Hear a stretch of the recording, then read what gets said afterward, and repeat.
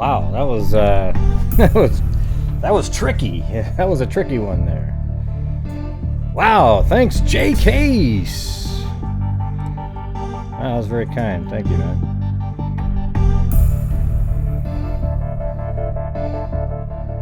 Is everybody, am I live now? Or I had to restart my stream really quick. And I did switch it down to 6,000 kilobytes a second. Oh, wow. Hey. 6,000 kilobytes instead of 10,000. So maybe it's going to be quicker. It won't buffer as much for you guys. Hey, thanks, J Case. Big supporter of the channel. I really appreciate it, man. Hopefully you can hear me, though. Yeah, it was weird. I started streaming, then I realized I had that same issue where I hadn't turned on my... I had Streamlabs open before I had my mixer open, and then now it's going to be using the camera mic, which is really quiet. But what's cool about the newer streaming software, or I mean the new streaming system on YouTube, is that'll keep going. So that was pretty cool how I was just able to start it up again and then rejoin the stream with no problem. So I like that. Excellent, excellent. Yeah, unfortunately I didn't lose as many subs as I was hoping for when I told the people who were whining and bitching about me posting what I stated as a rumor in the community posts. It still went up. God, how does that happen? It's weird.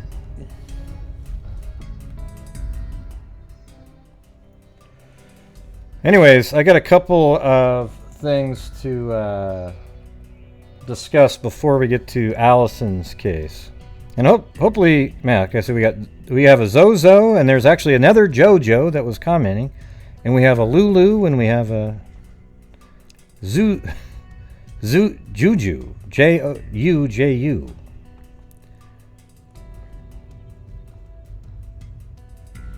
Yeah, the community post was that just somebody said that Evelyn maybe could be alive and that they were doing DNA tests on an individual. Now, it turns out there might have been an actual individual, but it wasn't her or something like that. But regardless, I posted it as a rumor, and you should have taken it as such. And people just, they like to troll. And plus, if you don't tell them why, or who was telling you something, they get all offended by it. Yeah, and the thing is if somebody... The difference is a lot of times people post stuff as if it's fact, but it's a rumor. I didn't do that at all. Okay? I was responsible in how I posted it. So I don't feel bad. I'll probably do it again, but I'll make sure that only channel members I don't know. It's just one of those things. I can't really trust the public because there's a lot of stupid people in the public. All right, so the channel members... It'll probably be channel members and on Patreon. Something like that. If I ever hear something that might be a rumor that seems like it's possibly true, okay? But I just don't trust. The public's just full of absolute morons, so, Fortunately, there's more people. Well, I don't know what the ratio is. It might be like 50-50. But fortunately, all of my subs are on the smart side. We've weeded out all the dummies over the years. That's why I don't have 100,000 subs, okay? Because I don't want idiots in here. All right, thanks. And that's the public service announcement for the day. Yeah, Chloe's just, At least Blue sort of plays, but he's really battles with her now.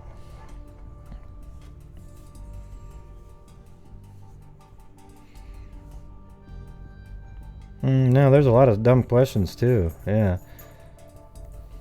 All right. Let's see.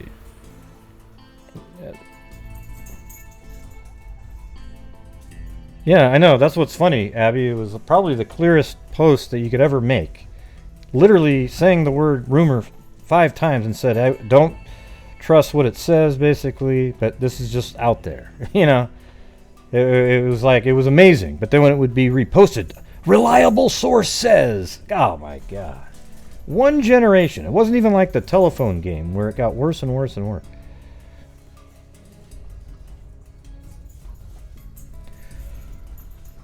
Okay, this is a great... Oh, Jesus. Is that...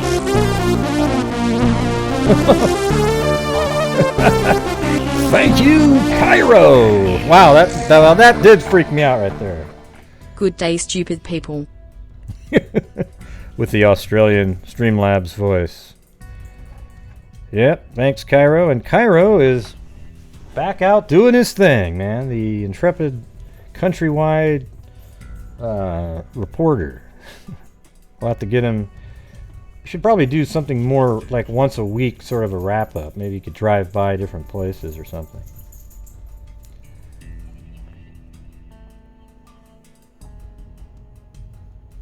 No, there's trolls right now. Like right now there's 177 people watching. 20 of them are trolls. That's why there's probably already some let's see, hold on. There are, what do we got here? I don't know how many dislikes there are, but there's 63 likes. But usually about 5 minutes into the show I get about 10 dislikes, even if I hadn't said a word. So you know those are the trolls that are just waiting and waiting and waiting and waiting and waiting. I have 20 dislikes already. Oh shit. That's awesome. Keep hitting the dislike button, everybody. Try to get it where it's equal to the likes and the dislikes. I'd really appreciate it.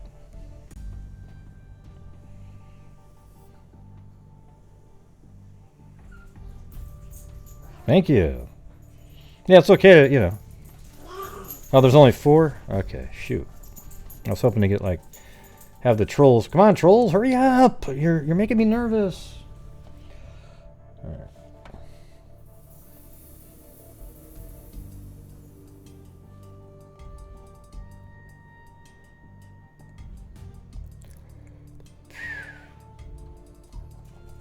Yeah, so check this crazy case out.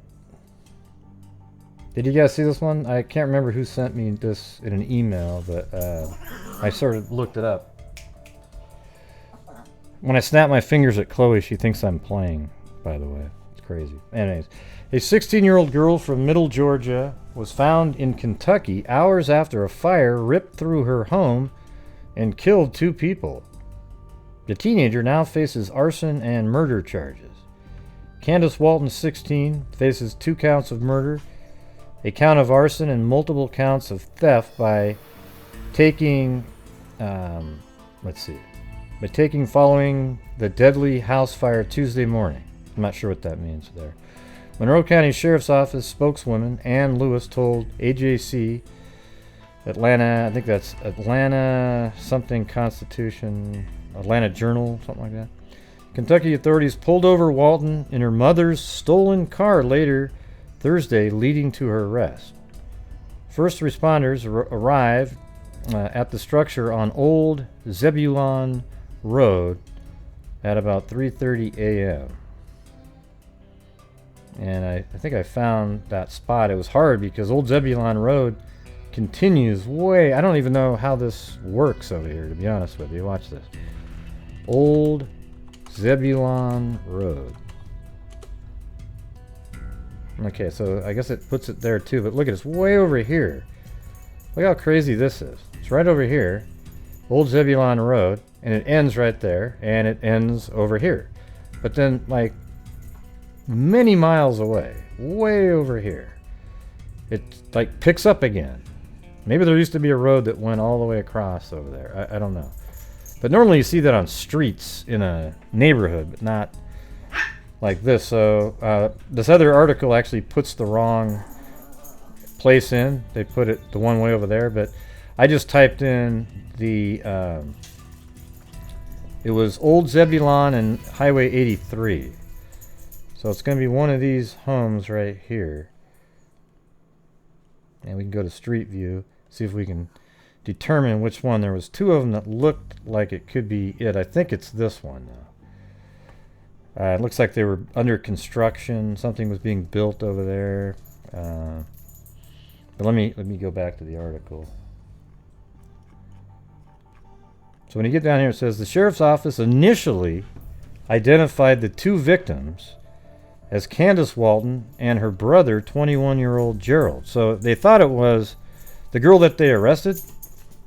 They initially thought it was her and her brother in there, but they later retracted Candace Walton's identification, saying the victim's identity was not accurately confirmed. On Friday, Lewis said investigators believe Gerald Walton and the siblings' mother, Tasha Vandiver, are the two victims, but they are awaiting for the GBI to confirm both identities. Ooh, the GBI, boy. I'm sure they'll aspire to be really accurate there. They'll probably rule it a suicide. Candace Walton was found by deputies in the McCracken County, Kentucky, Lewis said. That county is more than 450 miles away.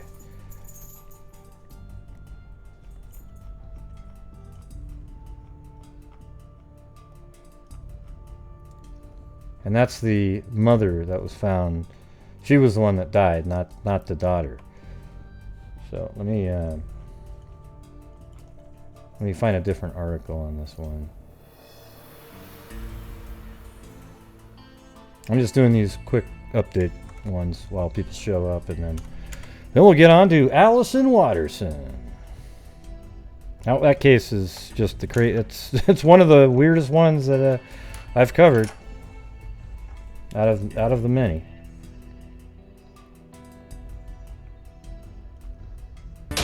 A Monroe County 16-year-old is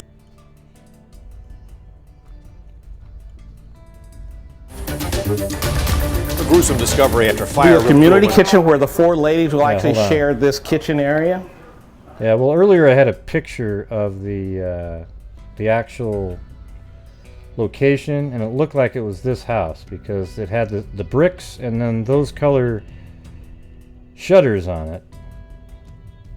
And but you know, a lot of it was burnt out. But if you go down the street here, there's another house that has similar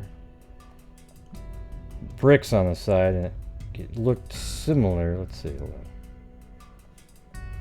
So but it has a different. The one I was looking for had a different color shutters in there, but that definitely could be it. And then that's not it. Okay, so it's only possible to be one of these two. And definitely could be that one as well. It's just hard to make out. I wasn't able to find who lived there. The mother had a different address, the one that was found dead. A different recent address. Well, you have to go to your YouTube and hit the gear wheel, what now, and then pick a different setting. Yeah, you have to change the quality. But I also lowered it from 10,000 to 6,000. Should still be really clear though for everybody, as long as you select the highest resolution. Yeah, so just check that out really quick and let me know. Did it work? What now? What now? What now?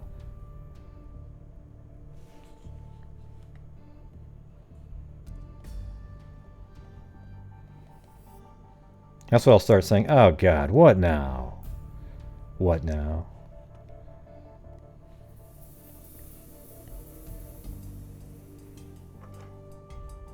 Okay, I just want to make sure it's clear. Let me look and see if I can let me move this over here so I don't accidentally hit the wrong button on there.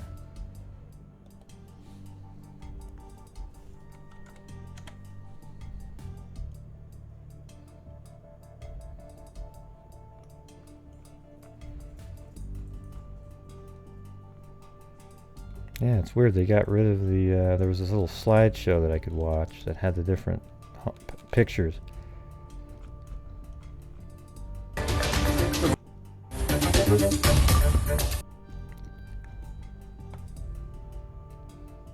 Okay, maybe this will help here. A Monroe County And soon found 2 bodies which were hard to identify. Yeah, so you see how there's the purple shades on there? And the only one that, this one here, seemed to have that correct shading on there. See that? Look. I mean, I'd almost bet you money this is it right there. Look at this. Don't you think? I mean, what are the odds of having that exact same shade?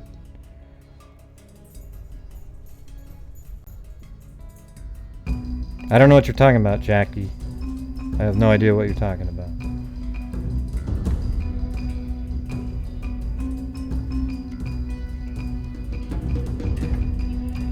Dun, dun, dun, dun, dun. Miss the Freak family. Thanks, Kit Kat. Where you been? I think Billy Boy Blue, he missed you the other night. Yeah, and even the window looks similar in there. Definitely the same one. So that's the house. I don't know what this is. If they were just like there was some construction going on. Don't know. But apparently this house burnt down, and the daughter intentionally did it, killing her mother and her brother. That's insane. Man. I don't know what it is, man, but this whole Me Too movement's creating a lot of women killers all of a sudden. We're getting a lot more of them. You know what I'm saying? It's crazy.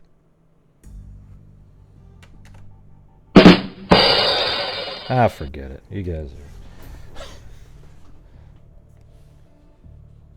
See? See what Gray just said? Oh boy, he doesn't like women. Oh, golly. No, I actually think of you as equals. That's what makes me different. Yeah. Let's see. Okay, all right. I did get a couple chuckles in there. Okay, I'm gonna figure out what the delay is, all right?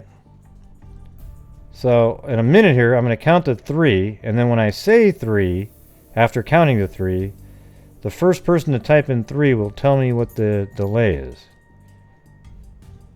Okay? So I'm going to do it here in a second. 1, 2, 3.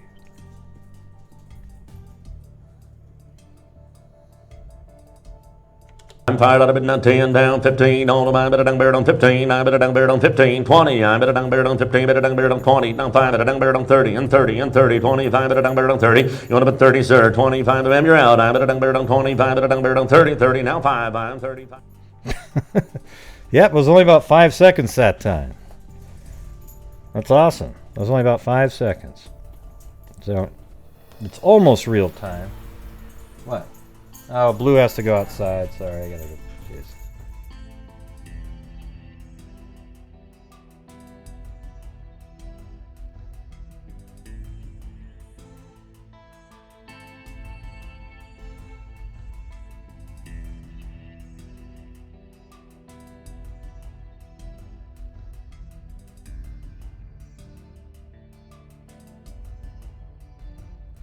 Yeah, see, Blue's smart now. He just runs right up to me and stands up and hits my leg with his paw, and then he sort of runs to the door, looks back, runs up, you know, and then I realize he has to go outside.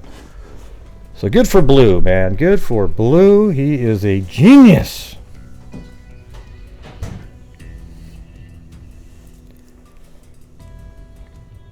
Hey, Jackie, Good Citizen Green. I don't even know who you are. I don't know what you mean. Let me turn down my volume now.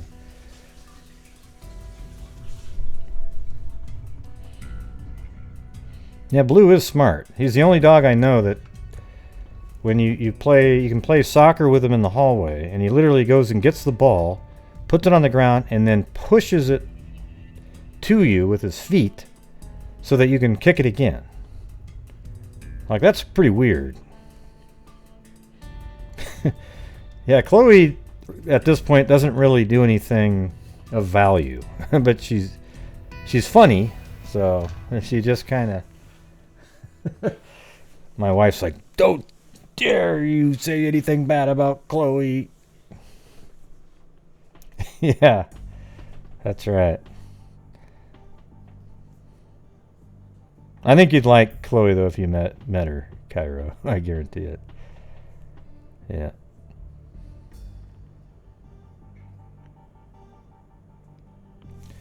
Okay, so this is a crazy one. We'll have to keep an eye on it. It looks like they caught her, but I want to know what the deal was. What the hell was she doing? Like, why did she kill him? Was she hoping to kill him and get a life insurance payout? I mean, she's only 16 years old to do something like that.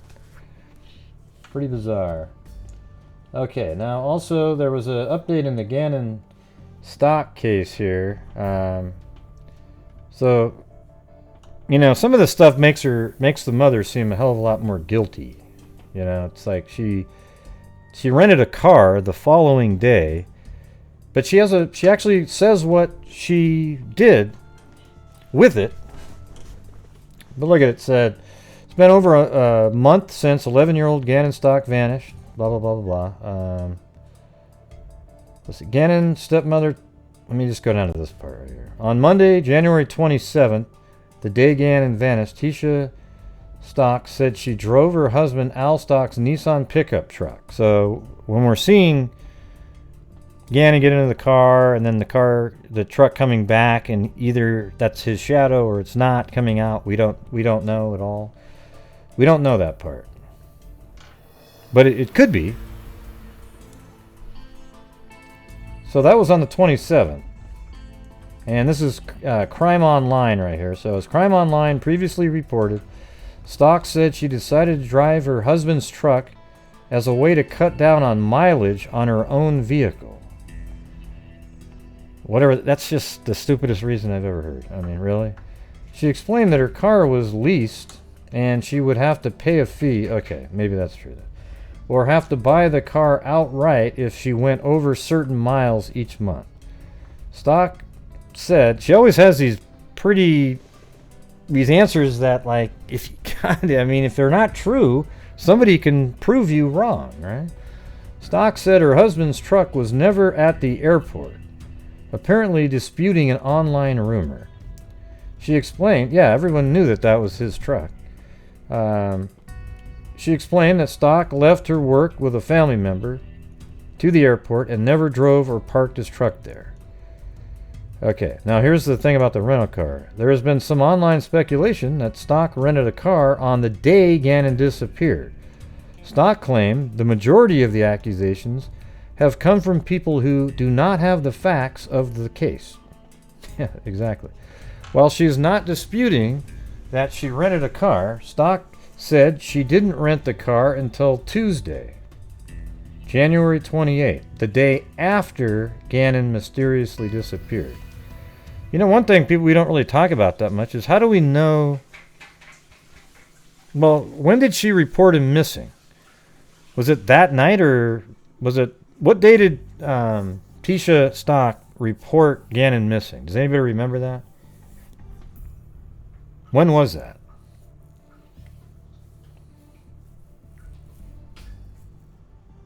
Okay, so just later, the same day she said she went to, he went to a friend's house. All right, so here's the thing. While she's not disputing that she rented a car, Stauch said she didn't rent the car until Tuesday. That morning, Stauch said she picked up her husband at the Colorado Springs airport. Both left the airport in the rental car, she claimed. Stauch said the plan was to look for Gannon in a car he would not recognize. See, this is all stuff that you could verify with the husband. See, either she's a total idiot saying this, or it's true, right? And she rented the car on the 28th. It wasn't the 27th. Stauch said the plan was to look for Gannon in a car he would not recognize. Stauch added that they didn't know if Gannon would hide from his family cars thinking he was in trouble. So it seems like this is a conversation. Yeah, I'm trying to get to that, Lil Mama. Yeah, thanks for stepping on the story. So it seems like that they're actually, they had this conversation. It's obviously something the police could ask the husband, hey, did you have this conversation? So down here, it actually has the date it was rented, and then it also has that it drove 955 miles. Okay, but let's see how long it was. Let's see. Return date was January 29th. Wow.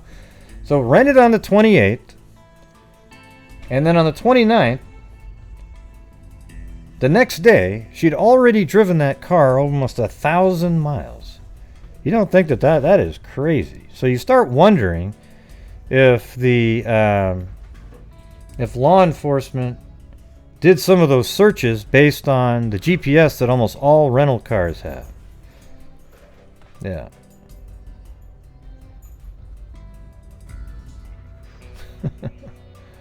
Oh, man. These trolls, they think they're so clever, they show up for about a second and then they're gone. Yeah. That is a ton of miles.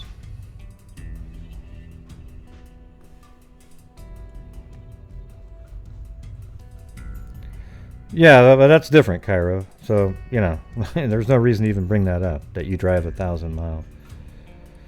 I think that it's like, yeah, I mean, you're just driving the entire day. I think that I mean, when you drive 1,000 miles, how many hours does it take to do that? Is that like 15 hours of driving or something? How did she even do that? It makes you wonder. They looked around, and did she drop her husband back off at home and then later realize that, oh, wow, now I got to go do something at night? You know, like in the middle of the night, she drives out with the rental car, maybe didn't have her cell phone on, but don't most rental cars have GPS on them?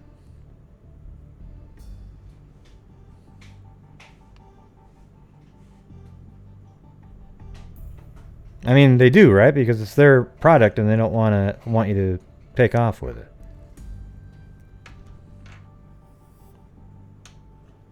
What do you think, Lil Mama? Yeah. Right, well, it was just rented, so it must have one, right? I think they would even back in, you know, not engineer, but put GPS on older vehicles if they're still renting them. Because you got to be able to track it. No, it's okay, Little Mama. I was wondering if you knew about the GPS stuff. It's bizarre, isn't it? 955 miles.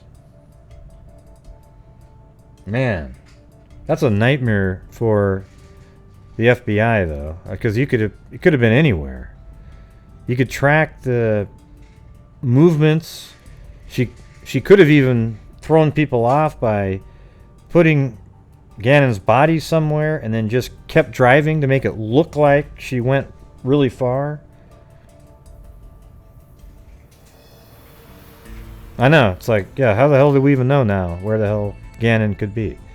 It's a nightmare.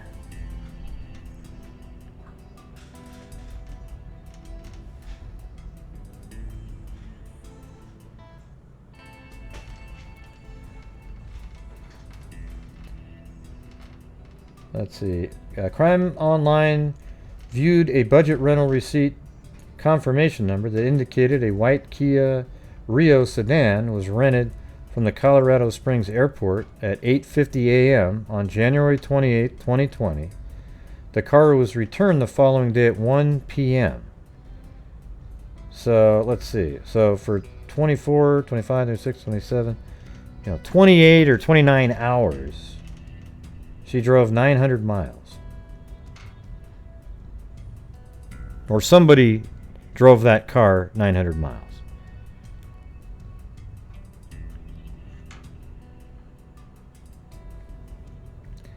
At the time the call was made, the reporting party stated that he was a runaway. He did not return from a friend's home. Earlier this month, El Paso County Sheriff's Office spokesperson Deborah Minot told Crime Online that Gannon's status was changed from a runaway to missing and endangered.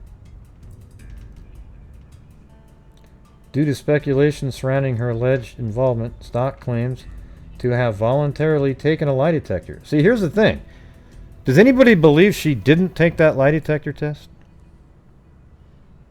Because who would be that stupid to say out loud, well, maybe she is, but that, yes, I took a voluntary lie detector test, and then the police go, no, you didn't.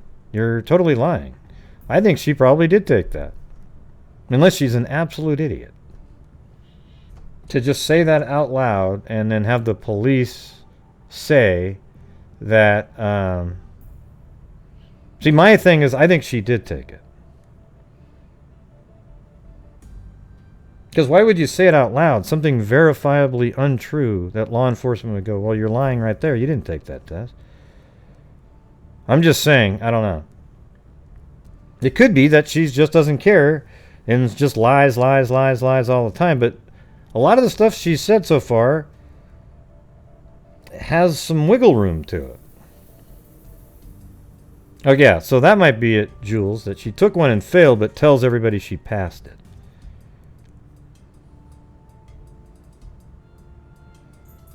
I don't know if they're trying to... I don't know. She's been pretty elusive, you gotta admit. You gotta give her credit for every single thing that's out there. She has a counter story that when you look at it, like that shadow that shows up, you know, with about a second and a half of missing video too, because it's jerky, the video playback on that. So, who knows? I mean...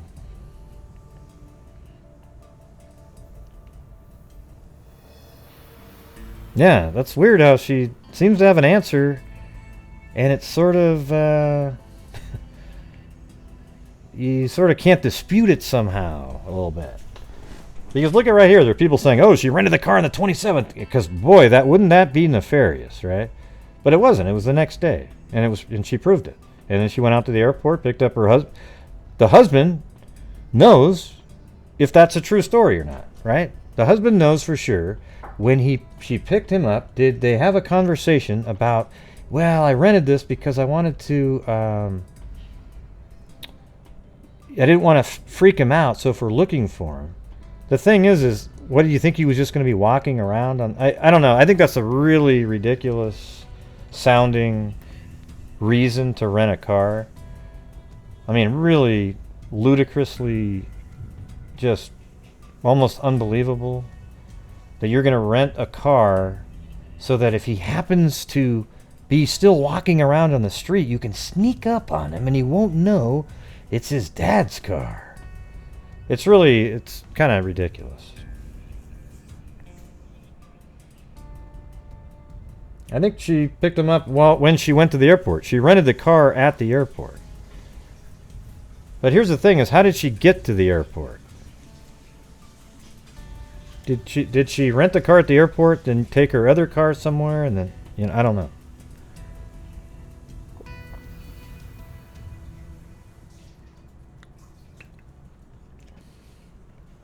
Yeah, there's all kinds of stuff. Yeah, she has an answer for everything.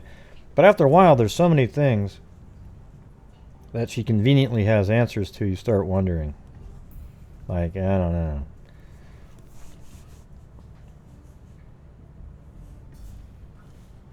Well, she said she didn't want to use her own vehicle because it's a work vehicle or something like that. And if you go over a certain amount of miles, you have to purchase the car or something like that. And, you know, she had an answer for it. Now, that's definitely something the police can verify. Is that really something that goes on? Was she close to going over that? And she says a lot of things that somebody can go out and verify.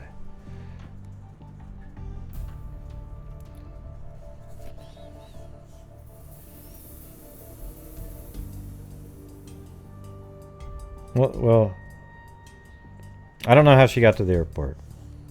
I have no idea. That's something that's not answered. But that's a question I just thought of because, you know, you don't see people asking that question. I'm just wondering how she got to the airport. If she rented a car there, did she take her own car and leave it there on the 28th? I guess you could look at surveillance and see if her car is missing from the other spot.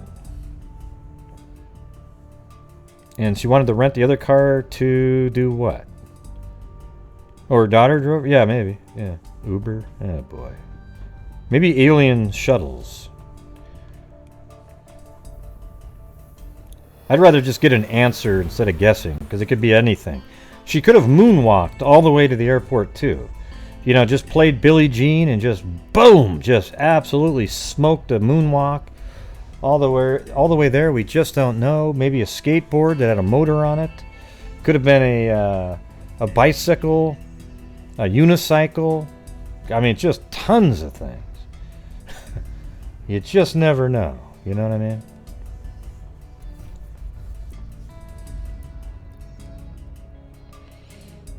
Yeah, her daughter could have dropped her off, yep. But I don't have the answer to that. Maybe somebody else does. Yes, one of the Jetson vehicles, which is a combination of alien technology and just a regular car. All right, I'm going to switch over now to Allison Watterson, you guys. So if you're new here, you got to check this one out. It's insane. It was on the national news for a while.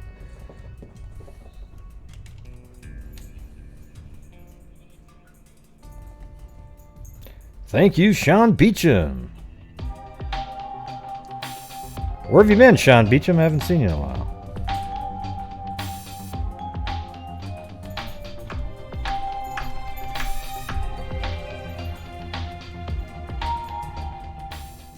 My kitchen is so much cleaner when Gray is around, Red Heart. That's right, because you can just listen and clean away, I guess. Is that what you're trying to tell me, Sean Beecham?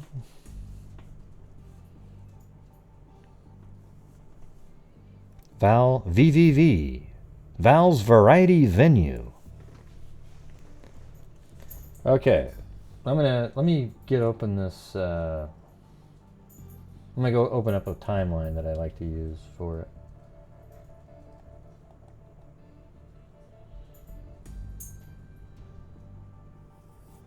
Of course, there's people that show up to these shows that only want to follow certain cases, and then they drop off like flies if you're not talking about the one they want you to talk about. Thankfully, most of the people that are on this channel like all kinds of cases.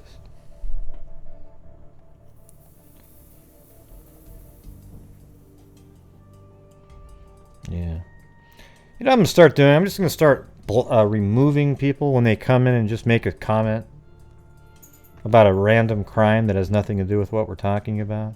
Because usually those people end up being trolls. You're not cleaning, you're eating banana bread. Awesome.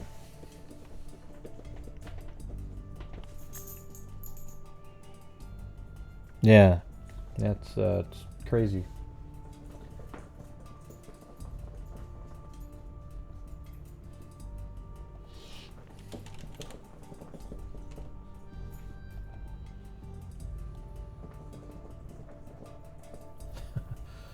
Blue's going nuts.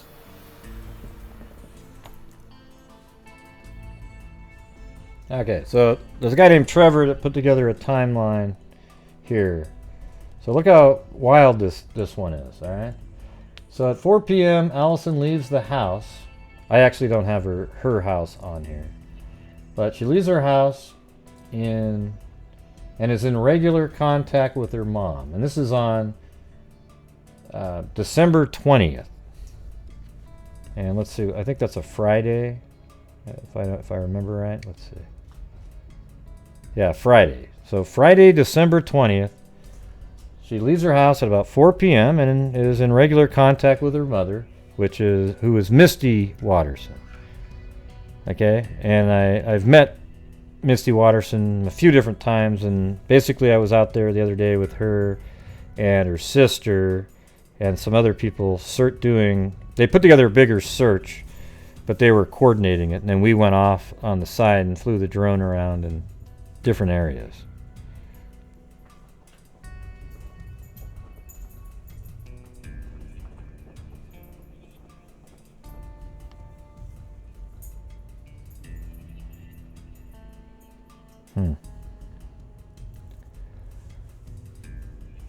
Right. It's amazing how people just want, yeah, like I was saying before, they just want to talk about the same case. I'm just reading some of the comments in there. It's just, you know, they milk it till it's just... Now, we've covered this a few different times on here, but I know that there's some people that didn't see a show and they don't know about it and they don't know how to spread the word. And I'm hoping more people in Oregon actually see this. And yes, it's Oregon, not Argon, all right? It's not Aregone.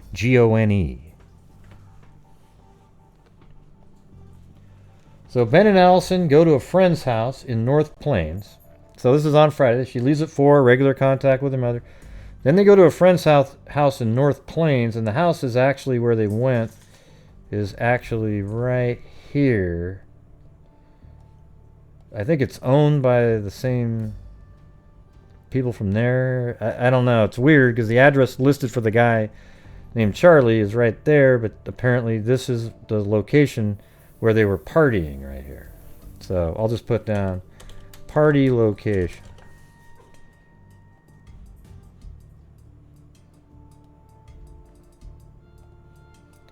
And let me make sure I'm in the right, there we go.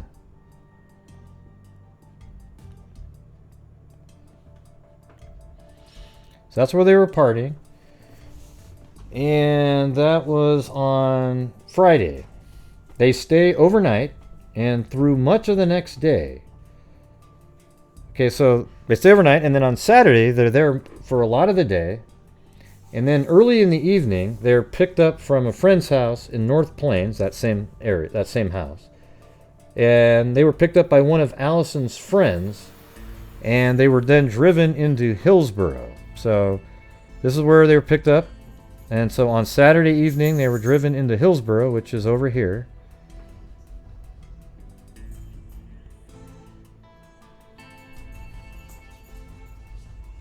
Let me turn this down a little bit. Okay. So driven into Hillsboro. And then 11 p.m. I don't know what they were doing early in the evening until 11 p.m. We don't have that information. The pair are dropped off at a Mac station in Hillsboro. And I have it listed as this one right here. So there's a Mac station right there. A Mac station is the light rail train system that we have here.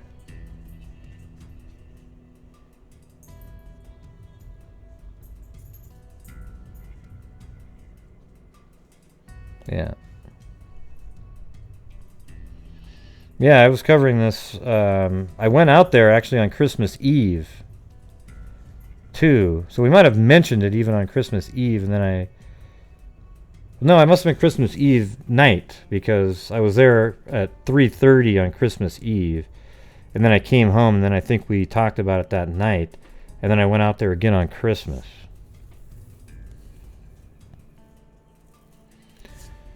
So here we go. So 11 p.m. on Saturday night, they're over here at a Mac station. At 1:30 a.m. on Sunday, which would be the 22nd, they must have been near a Wi-Fi location because Allison's phone backs up to the iCloud at this time, and that was 1:30 a.m. Now, here, the part that's crazy though is after one, I don't know what they were doing. Maybe they were at somebody's house. Who knows? They may have even had already stolen a truck at that point. I don't know, but they did. They ended up. Ben stole a truck, and so they were at 1:30. The phone backed up to the iCloud somewhere here in Hillsboro. Then at 7:30 a.m., or actually it was 7 a.m. Excuse me. They made it over here to this fire station.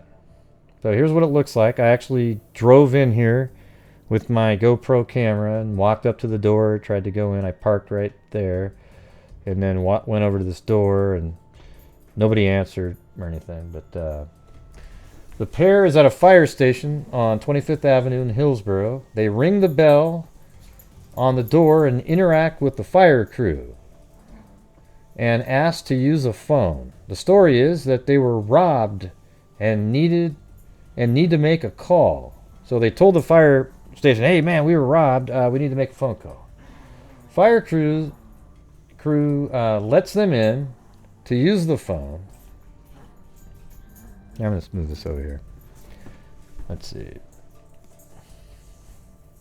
Yeah, lets them use the phone, but feel that there's something a little off when they're there. So they call the police. The fire station actually calls the police. What are you laughing at there? The girl talks. Yeah, you mean the Chris Watts? Yeah, we don't discuss Chris Watts in here. If you keep talking about Chris Watts, you end up getting removed from the channel, unless it's something about just a quick sample of something. But Chris Watts was one of the most ludicrously boring cases that there ever was, and it literally was solved within 2 minutes. Like the next day, he confessed. And it was just amazing how all these people think it's the greatest case in the world. And they've made their whole channel off that one case. It's ridiculous. And I think all those people should be embarrassed, honestly. Anyway, so we're at the police station here, and they went in there and told the people at the fire station that they had been robbed. Then the fire crew was like, that's a little weird. So they called the police, right? Police arrive on the scene and interview Allison. She is actually on body camera. There's body camera footage. I haven't seen it, but it exists. Family has reviewed this. Ben indicates he does not wish to talk to them and has no crime, and as no crime had been committed, they do not interview him, which is an unfortunate missed opportunity because he had a warrant out for his arrest for some kind of meth. Something to do with meth or something. So there was a warrant out for his arrest, but he didn't talk to police, so they didn't even know who he was. But right around the same time the police got there, Ben's mother showed up, because that's who he called when he got to use the phone. He called his mom and said, hey, come pick us up. And it said Ben did make a phone call as Mrs. Garland, Ben's mom, arrives around the time the police do. The firefighters confirm this with us later. The contact is not reported to Misty. So the contact that Ben's mother made with Allison and Ben was not reported to Misty until a day or two of the initial search efforts, when the body cam is shown to her and select others. Isn't that just crazy? But here's another. Now we're on to the next part. At 7:30 a.m., instead of Ben's mom picking him up because they're so scared that they were just robbed and everything, and taking him home, guess where she drops him off? She drops him off at a Winco. It's just a big shopping center. Does that make any sense to anybody at all? Hey, Mom, come get us, man. We just got robbed. Oh, and can you just drop me off at the Winco? Which is, okay, so there's the fire station right there. And then they were just dropped off at this Winco right here.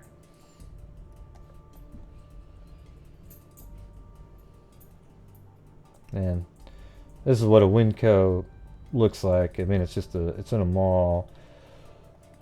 I guess it's right over here somewhere. It's just a big shopping center in a mall there. And there's Dick's Sporting Goods, but it's right there. You go in there, you bag your own groceries, and everything's a little bit cheaper. So that was at 7:30. And a lot of people think that this is where they stole the truck. But could it also be that they left the truck there and were just on the run? I don't know. I mean, they've told so many stories in this case. Ben, he's told at least he'll end up telling at least 3 or 4 different versions of why he's on the run. But it seems to me like he's just saying that to different people, because Allison's alive during, I hope she's still alive right now, but what I'm saying is she's known to be alive during 3 of his lies. Okay, so he just lies to get something done. So that was at 7:30. They're dropped off at the Winco, and the person who wrote this, Trevor, said, we believe it was the Winco near Cornelius Pass Road. That's what the one I'm looking at. Based on events, we assume this is where the red truck is acquired. Then at 8:30 a.m. on Sunday, Allison sends her mother a text message. And that was they don't know what device was used to send the text. Because, see, Allison had a Wi-Fi only cell phone. The cell phone was a phone. Let's see. Allison's phone broke. It was a newer phone, but it broke. And they needed to get it repaired. And it just so happened that Misty worked at a place, and one of her customers came in, and they had lost their phone and bought a brand new phone. Then all of a sudden, her old phone shows up, and then Misty got to talking. I don't know how it came up in the conversation, but the lady said, hey, why don't you just take my old phone? And so they took it, but they didn't activate it in terms of a regular phone. They just use it for Wi-Fi connection calling, that kind of thing. All right, so there's nothing nefarious about the phone. It's completely explained. We did it on this show when I interviewed Misty.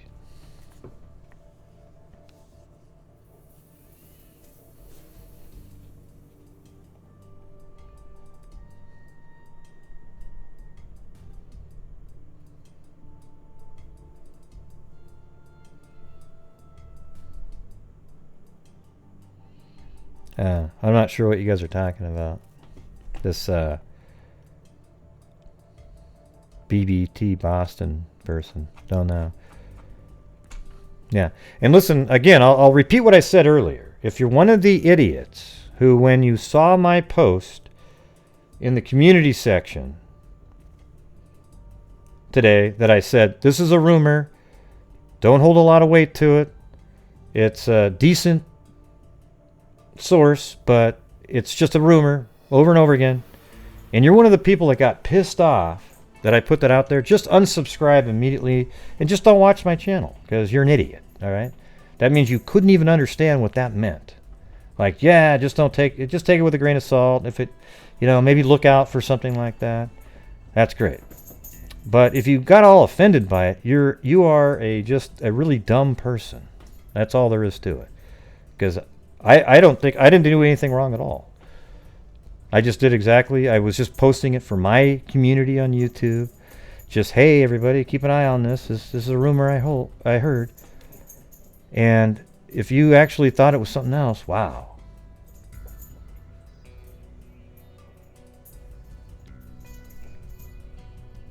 Put what in the title? What are you talking about, BB Boston? You're shocked that who put what in the title? I don't even know what you're talking about. I'm not even reading what you're writing, BB Boston. You sound like just some weird troll that's in here just blabbing away. I don't even know what you mean. I was shocked you put it in the friggin' title. My God, that's crazy. I watch your channel. What did I put in there? Right, I put the word, yeah, okay, there you go. Yes, I put the word rumor in the title because it was a rumor. It's not a video, okay? When I do my videos, I don't do the rumor mill stuff.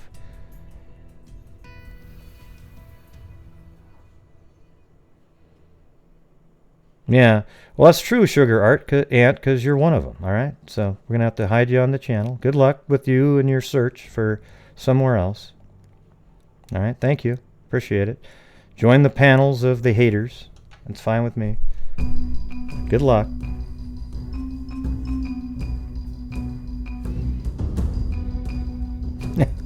Actually, I'll unhide you. You can troll around if you want. Back to you, Jim. No, I'm always having to respond, Sugar Ant. That's the problem. Monkey. I'm always having to respond to the trolls. I was just trying to go over this case right here. I didn't want to keep talking about other stuff.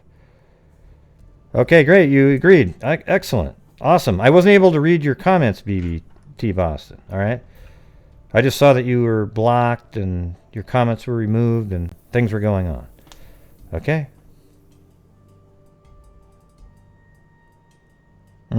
Okay, Sugar Ant, but I'm going to do what I want to do on my show. Do you understand that? Okay? if you ever, what it proves to me, Sugar Ann, is you don't watch my show at all, because I'll do 7 shows a week, 3 hours a day, and maybe a total of 35, 40 minutes that whole week am I talking about some crap that went on, okay? So unless you're just miraculously tuning in right at that moment, okay, the rest of the time we're just going over cases. That's it. All right, let me get back to this now. Can we get back to this, everybody, instead of having people interrupt the actually important missing person case here? Would that be cool, or? Okay, thanks.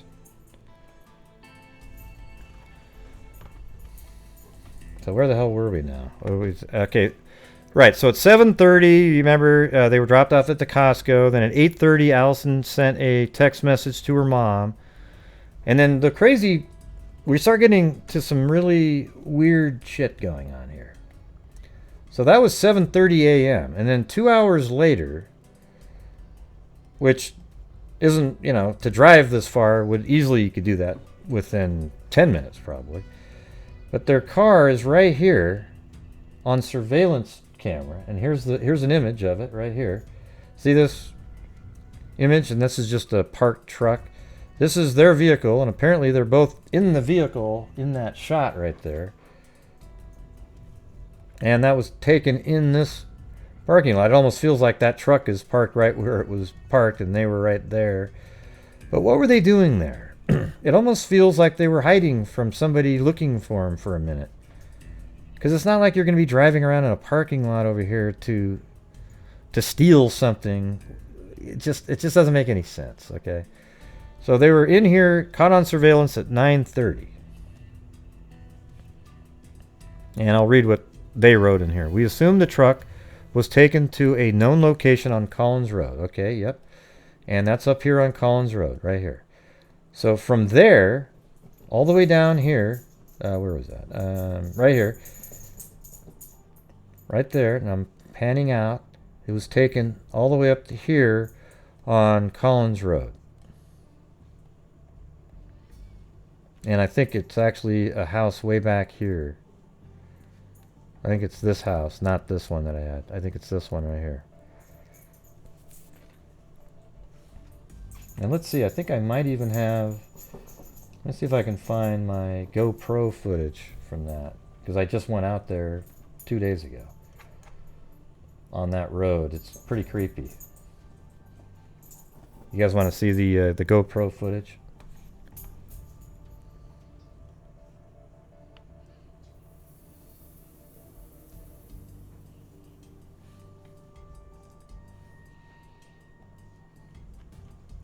That's right, Kyron, you nailed it.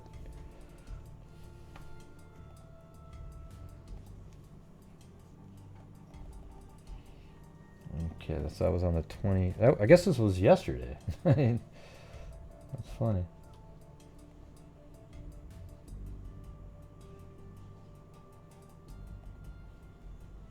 Oh, wait. No, yesterday I went into... it was the 27th, excuse me. The footage from the yesterday was I put my camera in Fano Creek to see if I could see any trout, and I didn't see a damn thing.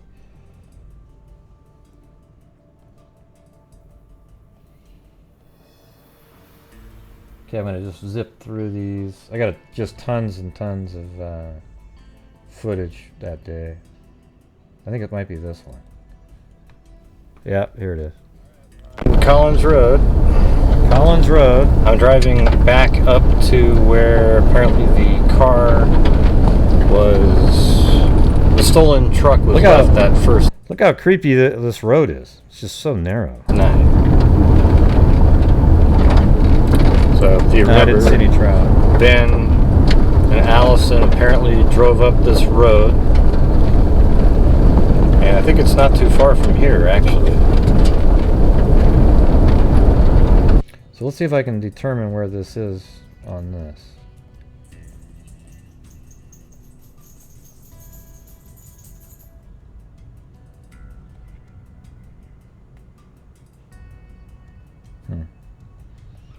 Actually, I think it might actually be this house right here. Let me take a look at Street View here and just... Believe it or not, they did Street View on this road. I don't know why, or... So let's see. And they drove the car up here. Well, that'd be a good way to do it. Let's see if we can find back here where it splits. There it is right there. Okay. Boom. So that was right where I was right there. So there's that road going off like that. And that's what we see here on... If I go back a little bit here, right there, see? It goes up. And they drove the car up here and apparently left it and then walked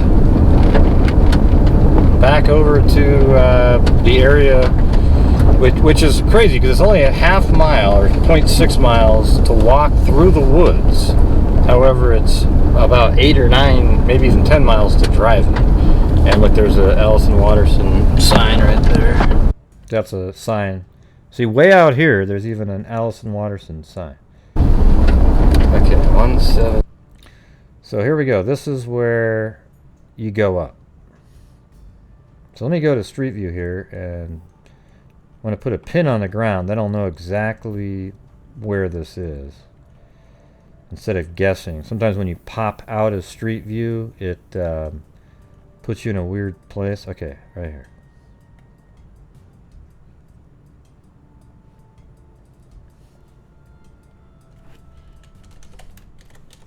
Thanks, Claudia Dubauer. Yeah, good. So that is the one I had before. So that's the driveway. And God, I think you head up into the woods there. I think this might be the house back here.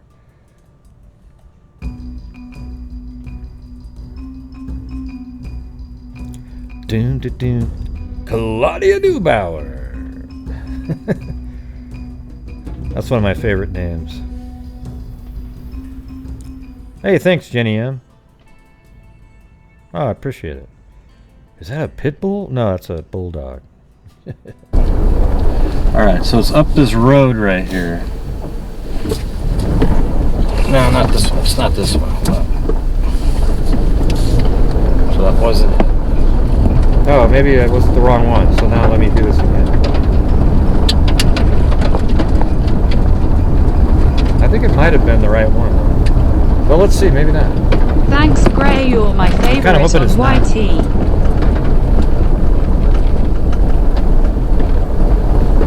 You know, my feeling now is that I really believe at this point that maybe, I mean, I guess it's hard to say really believe in them to use the word maybe. But it feels like, oh, here it is. Oh, good. Boom.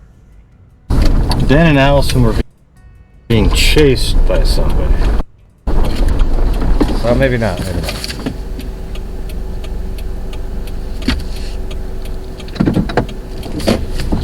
Okay, so the last time I was here, it wasn't up this road. It was in that area, but that's not it.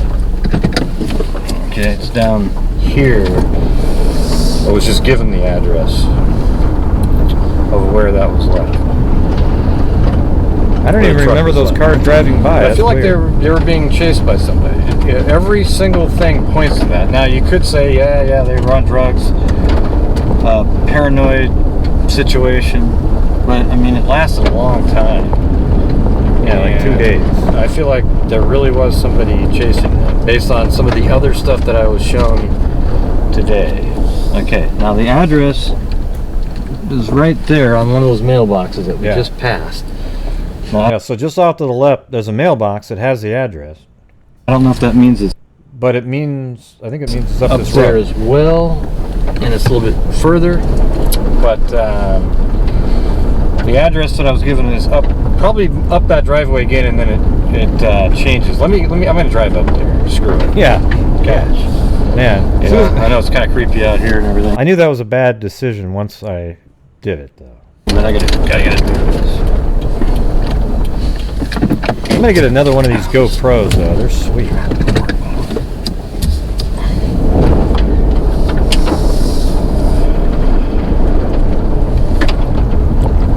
No, All right. Wish me luck, everybody. Wish me luck. Not that I was live or anything. Look at this crazy. Look at this.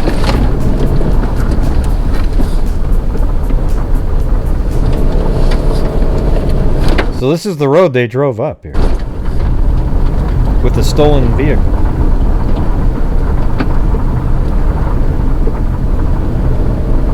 Yeah, look at this place up here.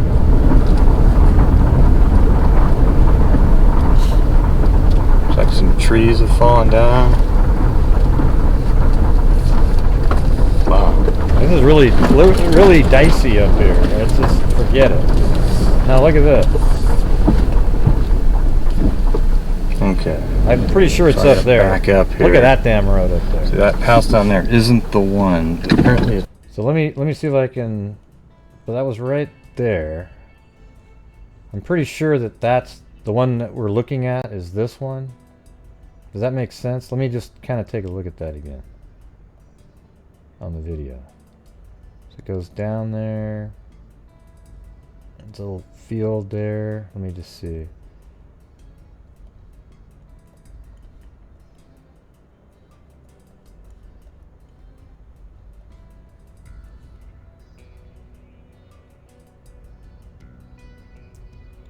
Yeah, so that's where you go up, and you can't really see it very good, but it comes up. So I think this is the first one, and then where I didn't go was this one. I think this is his grandparents' house right here.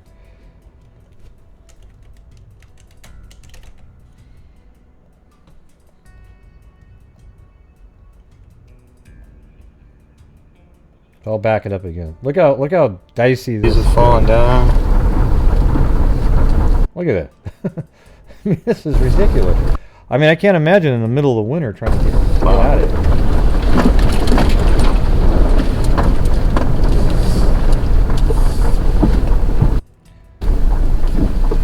And then right here, there's a private property. Beware of dogs. Up that other road. Okay. So I gotta back up here. See, that house down there isn't the one. Apparently it's further up. It says no trespassing. Yeah, I'm not going up that one. You can forget that. Definitely not going to do that. Thanks, Sean Beecham. It's got a Brinks sign on it too. Ray needs a Scooby-Doo van. This Down is there, for the there's an air address. tires. And then back up that way. I don't know if you can even see it. There's this creepy driveway. You could probably see it a minute ago when I turned around. Yeah, I was trying to get the hell out of there. Not the greatest.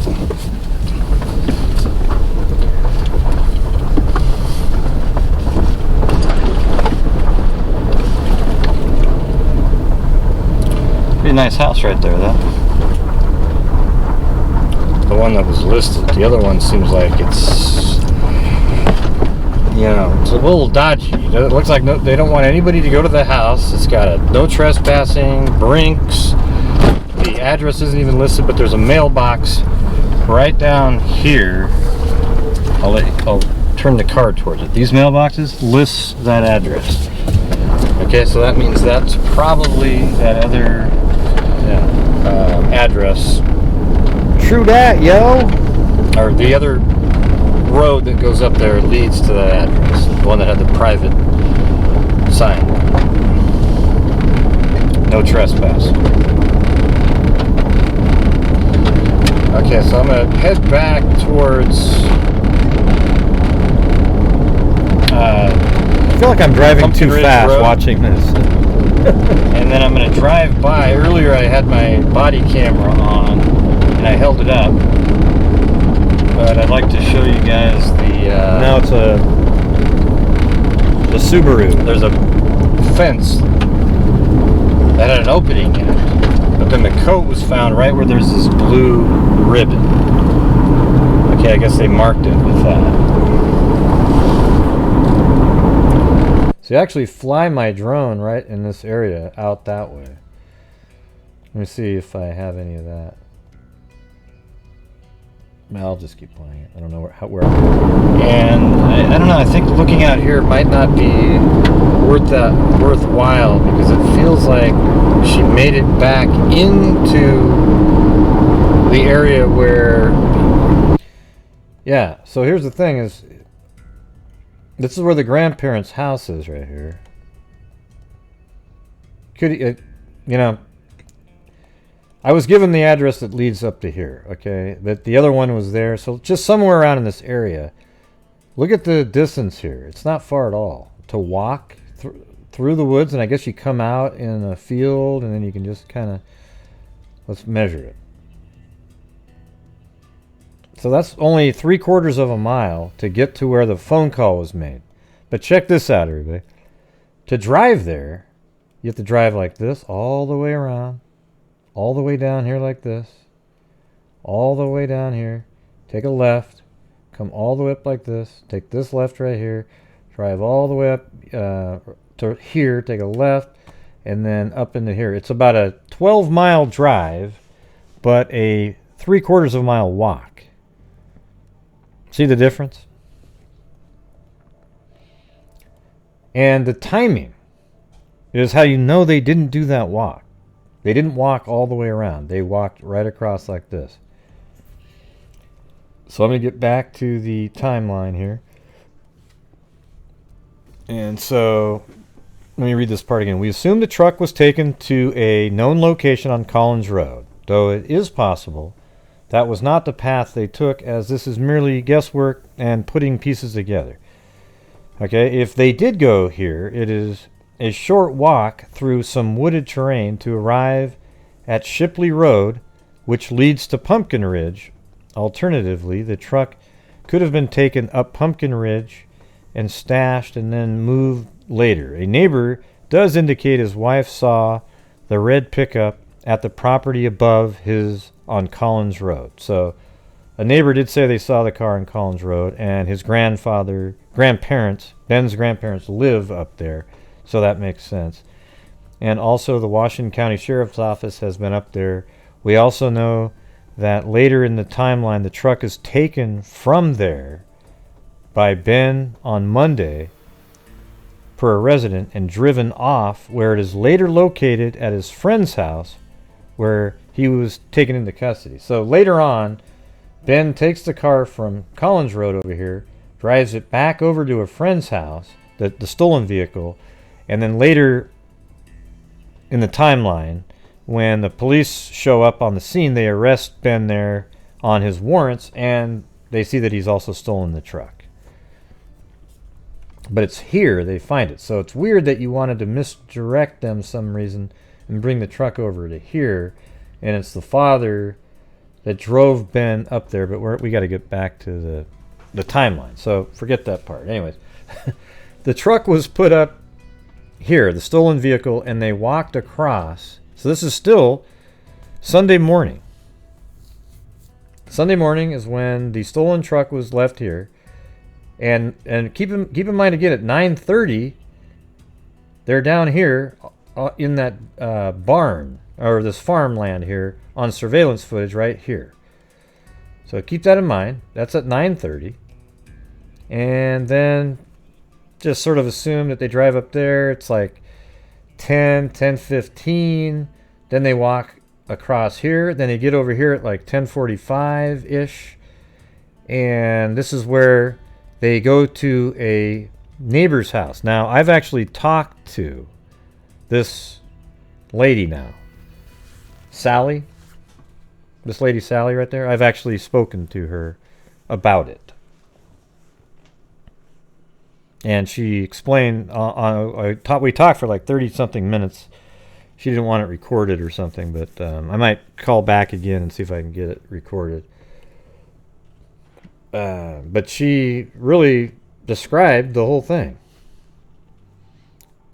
So at 10, I think it's more like 10:45, they go to this house here, and Ben and Allison show up, and they pound on the door, and when they open up the door, they just rush in. They just rush into the house, and the homeowner's like, whoa, whoa, whoa, what's going on here? What's going on? You know, and they were made to go back outside. And they, I think the story is, let me read what he has here. Conflict at times, but still, yeah, a FedEx driver did see them there. That's the thing. A FedEx driver drove by and saw them here at 11.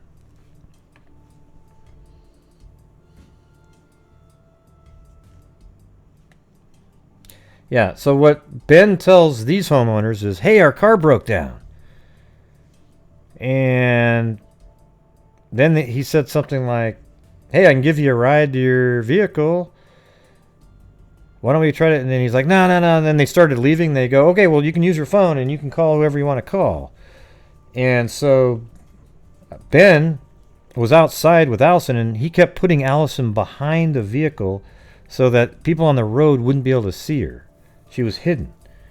And so they were outside, and they used a wireless phone, but it's a home phone. So they, you know, those kind of phones that are just wireless, but it's a home phone. And they're talking, they used that phone, Ben did, and he called his grandma, his other grandma, and said, hey, can you come pick us up? And the homeowner, or the one that said, well, Ben was like, I don't know, what do I say? What do I say? And they didn't say their address. They said, the homeowner told him, well, have her pick you up on Old Pumpkin Ridge Road, right where the two Pumpkin Ridge and Old Pumpkin Ridge Road meet, which is just down the road from here. So if you're looking at this right here, that would be right there. You see how that's Pumpkin Ridge Road, and this is Old Pumpkin Ridge Road. So they mentioned to meet right in here. See all these different homes there? It's kind of populated right there. And so the grandmother did drive out there, but we'll get that in a minute. So the homeowners that the call was made from also said that Allison had mud on the side of her face. She was really wet, and that makes sense from traversing through the woods from Collins Road to get to where the phone was. Makes total sense. She had on Ben's shoes, and Ben only had socks on. So they gave him a pair of, what do you call those? Slippers to wear. And they're outside, and Ben calls his grandmother. And by the way, they also said, the homeowner said that they seemed really scared and worried. Their eyes were really big. They were like in shock, nervous about something. And she really thought that there was somebody after them. And while Ben and Allison were there, she heard the same vehicle drive by 3 times with this loud engine. And that's interesting, right? I mean, that is interesting. And so Ben made the phone call to the grandmother, and then Ben and Allison left and started walking down the street. So here's where the phone call was made. Now I went out there, and I think I have it on my GoPro too. I'll show you. There's a ribbon on the fence. It's probably more like in this area. And then there's an opening in the fence right here. So they easily could, if they really wanted to go in the woods, they would have went through that opening. But I don't think it worked like that. I think this spotting here is a little bit higher up. It's more like in this area by the FedEx driver. And I think somebody scared them and they jumped over the fence, and that's why his coat got stuck on the fence. It's let me see if I can find that video.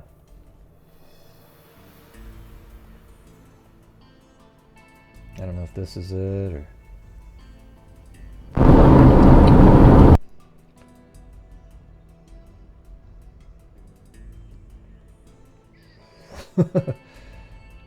Yeah. Okay, there's Old Pumpkin Ridge Road right there. See that? See, that's that confluence that I was just telling you guys about. It's right there, and they wanted them to meet up in this area. See, that's the beauty of having the maps. Now you look at the map, you can go down to that confluence which is right there. And right now we're just driving through this area right there. Let's see if I can catch this time. Man, I seem like Mario and Andretti when I'm watching this.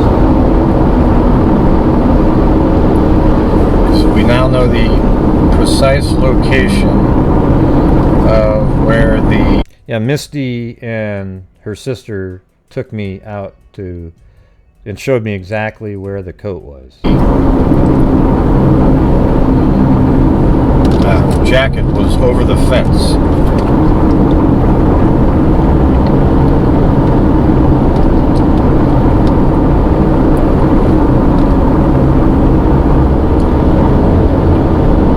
Now maybe that blue, I just saw another one of those blue ribbons, and I don't think that, so maybe there's just blue ribbons every once in a while. I don't think it had anything to do with the, so they just used the blue ribbon, excuse me, the blue ribbon as a marker. See, picture how far they would have had to have been walking to get to there from that house, though. All this driving right here is where they would have had to walk to get to there. So it's like 2 miles, really. Man, it seems like springs are like really early this year. Hey, look at that. There's a... Look at, this is where I went on, I think Christmas, or maybe a couple days after that, where the German Shepherd was outside. You remember that? German Shepherd right there that chased me out. There it is. There it is right there. That's the sucker that came jumping out at me. You remember that? So that's the house I stopped by, and he's the one that gave me the first sort of new information. I do have Gatorade in my car. He's the one that gave me the good information and said that further up is where people had seen both of them. So there's that German Shepherd. It's kind of old, but man, that sucker came running right out at me.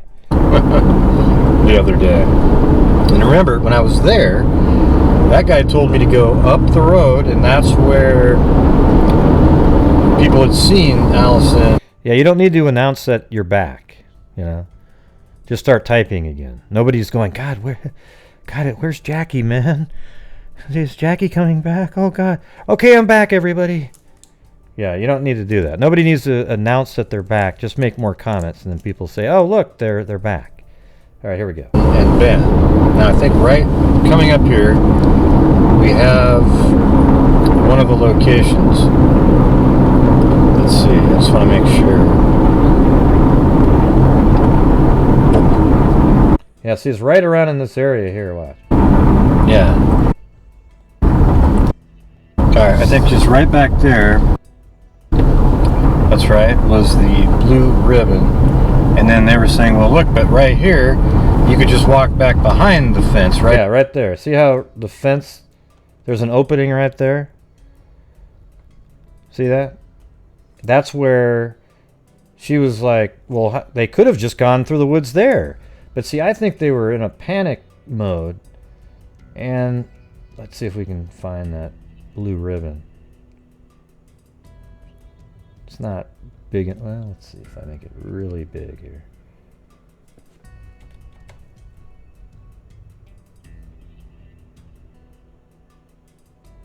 Ah, don't see it there.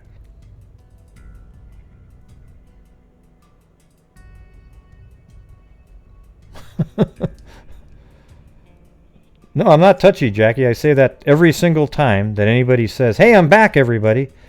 I say the same thing. Yeah. It's like, because nobody really cared, you know what I mean? It's just, you come back and you start typing again.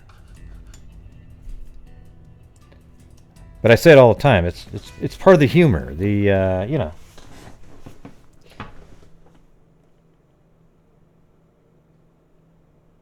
Let's see, did I stop right there? There we go. Yeah. See, there's that opening. Can you see that?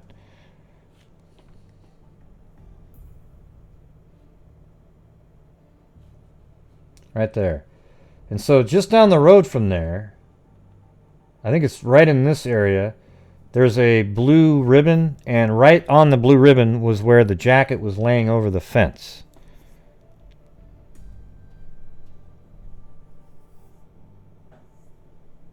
Yeah. Okay, I'm just trying to read some comments. So that's where the coat was. And so that means they were heading down this way. If I just go a little bit further, watch. This is where the phone call was made, right in there. This house right there, that's where the phone call was made. And so it really wasn't that far where that opening was. And then it's just a little bit further down. So I'm gonna see if I need to revamp the location here. So that's where the call was made, and then it's just straight, and then just around the turn. So it's more like right there is where the coat was. So I'm going to move. Well, I'm not going to do that. I'm just going to put another pin right here and say that's where the jacket was.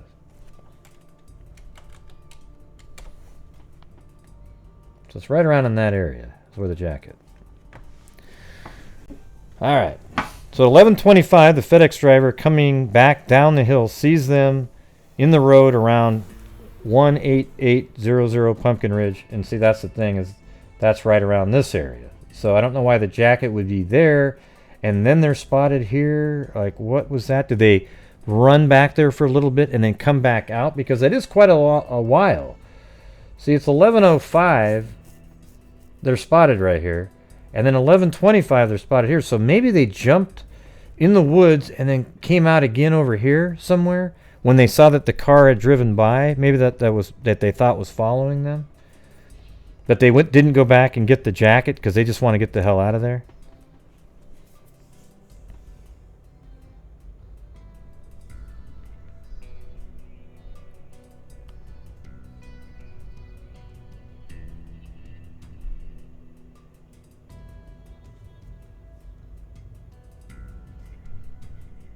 Yeah, there's a lot of people in here I don't recognize that seem to just keep blabbing away with stuff that's not related.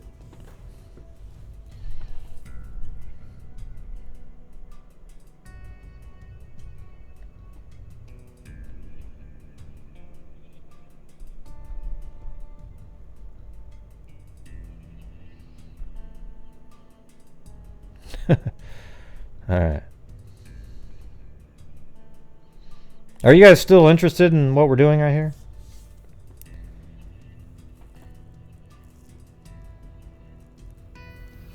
I don't do this for a living. Yeah, I do search engine optimization. I write code that scrapes data off the internet. Okay, because it just seems like everybody's all over the place, and you know this is really an interesting case if you follow along, because it's just. She seems to have just vanished in the middle of the air. So this right here, this spotting, the phone call here, and the spotting by the FedEx driver are the last time that anybody has seen Allison at that moment that we know of. So at 11:45, Ben's grandmother drives up Pumpkin Ridge Road. So check this out. So remember how Ben called the grandmother from that house, right? So she starts driving up Pumpkin Ridge Road like this. Heading up Pumpkin Ridge Road. And then somewhere up here she turns around. Still interested. Love the show. Okay, great. Thank you, Nicole Kyle. So she drives up Pumpkin Ridge Road and interacts with a resident there. She indicates that her grandson, so the grandmother tells the residents, hey, my grandson is saying that they've been in an accident on Old Pumpkin Ridge and needed a ride or help as they are too far up the hill. So the grandmother's too far up the hill now, and the resident says, oh yeah, you need to turn around and go back down. So she's driving back down. And I think maybe she even made it on the Old Pumpkin Ridge Road right there. As they are too far up the hill, residents direct them back down. And then at 11:51, so when she says directs them, I think the grandmother was with somebody. So they're driving up and down the hill. Well, they drove up the hill, and they were told to go back towards Old Pumpkin Ridge Road. And at 11:51, they're actually seen on a surveillance camera somewhere up here. I think somewhere around in this area, turning around and then driving back down. Okay, so she turned around and then drove back down the hill. And then it says, remaining events of the day are essentially unknown. At some point, Ben indicates he slept in blackberry bushes for a while. But he also said, Ben has indicated as well that he did see his grandmother driving down, but he was too scared to go out and get to the car. So that's another indication that they were scared that somebody else on that road may have seen them. You sort of wonder if you ask the grandmother, hey, did you drive by anybody? Did you see anybody that kind of you saw more than once that was going up and down the road?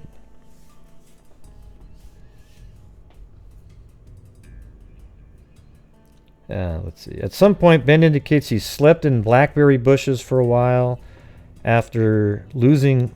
See, here's the thing: is at 11:25, Ben is right here, and that means we have no clue what he did for the next 12, 13, 14, 15, basically, 18 hours. What was he doing out there? So it was 12 hours would be midnight, right?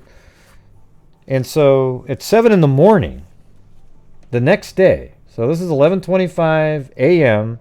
on Sunday. On Monday morning, at 7 in the morning, he's found sleeping. So if you picture how this looks from here down like this, on the old Pumpkin Ridge Road, he's found sleeping in a vehicle at a guy named Ralph's house right there. And Ralph comes out, finds him, and he tells Ralph, oh, wow, yeah, my friends, we were all having a bonfire and they left me. So Ralph then drives Ben all the way into Hillsboro again to his house, which is, let's see, where the hell is it? I'm way past it. I plotted out some stuff to go fishing for the next year. So right here, or this later in this year, but here's Ben's father right here. That's where he lives. And he was driven home. And he got home probably 7:45, 7:30, 7:45. And his mother is there. And apparently he was kind of disheveled and so forth. And I guess he was still like that at noon when his dad came home. And his dad, when he came home, said, hey, where's Allison? So let me get to the next part. So 5:30, Ben is seen. We don't know if that's verified. Point files north of the intersection of Northwest West Union on Jackson Road. I don't know if that's verified. At 6 a.m., Misty gets up for work. So this is Allison's mother. This is on Monday. So at this point, right now, when Misty gets up to go to work, Ben apparently sleeping in the pickup truck where I just showed you a minute ago. So she gets up for work and starts messaging Allison to see if they've heard from Allison's friends, to see if any of them have heard from her from Sunday. Indicated that she would be home that night. She was supposed to be home Sunday night. So Misty is concerned when she wakes up and finds Allison is not home. In the morning, Misty messages Mrs. Garland, which is Ben's mom, asking if she's heard from the kids, but is told no. So 6 to 7 a.m. But see, that's a lie, though, right? When she says no, that's bullshit, because the day before, she actually picked them up at the fire station and drove them to Winco. You remember that?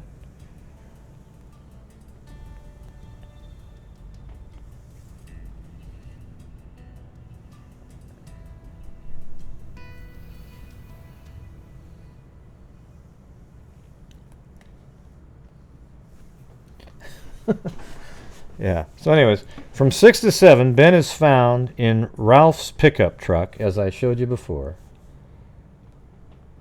Ralph describes him as being soaking wet. So Ralph, let's go back up to this location. Here's Ralph's vehicle. When Ralph comes out of the vehicle, or his house, and sees Ben in the car, he describes him as being very wet, and Ben did have on those slippers. So that part's not even in question, because even the homeowner that let him use the phone said that he had the slippers on. They gave him slippers, and Allison was wearing his shoes. So Ben is found in Ralph's pickup truck. Ralph describes him as being soaking wet. Ben indicates his friend left him out here and he needed somewhere to get dry. At noon, Ben's dad arrives home and asks Ben where Allison is. It's kind of a strange thing to just sort of ask, like, why do you care? Unless the mom had already said, hey man, Allison's missing. Well, she wouldn't have said hey man to her husband, but after he tells his father that he left her in North Plains, they allegedly go looking for her. So at noon, he tells his dad, hey, I left her in North Plains. We got separated or something. So he and his father drive up there at noon. After he tells his father that he left her in North Plains, they allegedly go looking for her. Shortly after this, Ben's mother messages Misty asking if she's heard anything, but doesn't mention that Ben has been home or the fact that he came home without her. And she also doesn't mention that she saw them the previous day at a fire station. At some point during the next few hours, Ben retrieves the stolen truck from Collins Road. So during that 5-hour period, so from noon to 5:30, they take the truck that was the stolen truck from here. Ben drives it all the way over here and puts it where they originally had the party on Friday night and stayed there till the next day. And then you guys remember that part if you were paying attention. At some point during the next few hours, Ben retrieves the stolen truck from Collins Road. The truck is eventually taken to his friend's house where he is later arrested and the truck is retrieved. At 5:30 p.m., Ben's father phones in a missing person report. So at 5:30, that's when Ben's father finally calls a missing persons report. So that gave him and his son 5.5 hours of free time. And then at 6 o'clock, Misty gets a call at work to tell her that Allison has been reported missing. Only at this time is Misty aware that something is actually wrong. Family members make their way to North Plains and meet the Washington County Sheriff's Office, at which time the searching begins. Right? And they've been looking for her ever since. She just vanished. Yeah, well, hopefully they can get some answers from Ben soon. Yep, Misty is Allison Watterson's mother. And you can see them. There are all kinds of pictures online.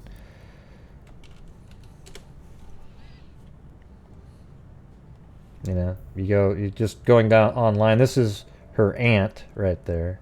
That's one of the people that this lady was out searching. And here's a picture with the aunt, Misty, and Allison right there. And that's her right there. Yeah, she's very pretty, you know.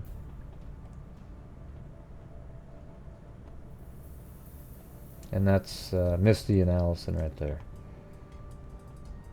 And it's an absolute nightmare. I mean, I was just driving in the car with Misty and just listening. You know, it's just every single day it's in the back of her head, even though she has to still go to work and you know, they organize a lot of searches often.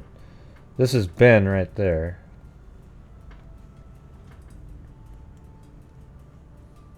Day 4 of the search for 20-year-old Allison Watterson. A foggy gray day. Trained searchers from several different agencies came and went through the command center. They continue to comb through mostly private property in thick brush and woods looking for Allison. Their search more focused today thanks to clues found by searchers in the field. But tonight, investigators... Investigators are sharing concerns about a timeline of events. A homeowner spotted Allison Sunday just before noon, but she was not reported missing until Monday evening by... It wasn't just before noon. It was more like 11:20. 11, actually. That's him right there. That's her. I would say about 100 people in the field. On the ground, boots on the ground. We had the National Guard up here with their Lakota helicopter, which has FLIR and pretty great cameras. We had the drones up, dogs. We had quite a bit out in the field today.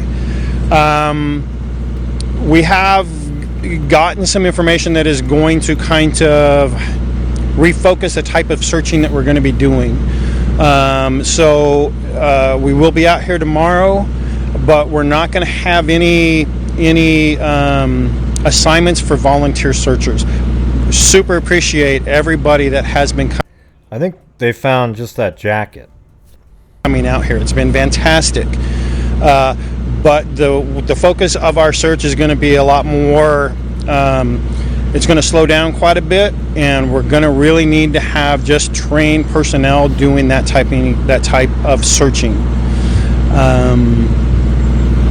I guess I can take any questions that you have. Why do you slow down the search? So there's types of searches that you do. At the beginning of a search, we do what we call hasty searching. We're trying to find as much information as quickly as we can. As we gather information and we get information and we get actionable information, we change the type of searching and we slow down and we get a lot closer, and it gets way more body intensive and time sensitive. So that's why, because now we're trying to really focus.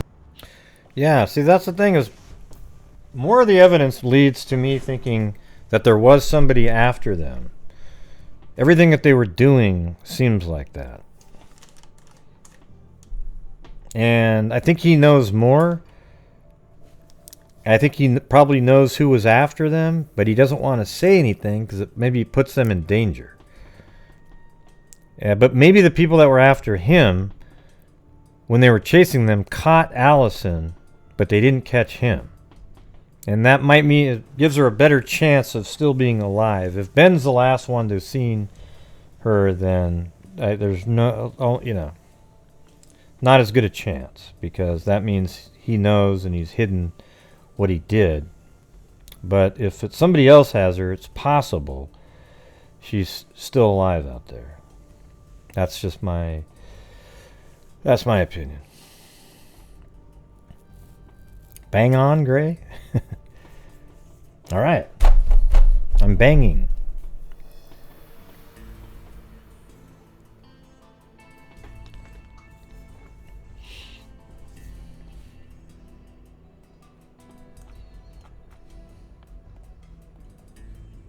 I mean, it's just really strange how she just disappeared. I've done this drive here too, so let's take a look at some more of the surveillance here. What else I got?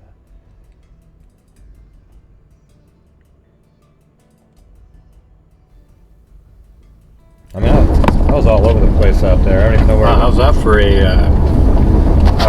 dusty road? Oh, that was the one I was just on.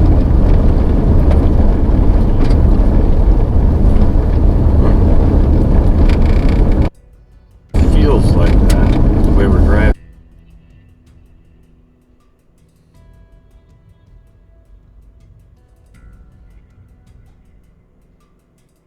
Oh yeah, I think this is where I flew the drone right here.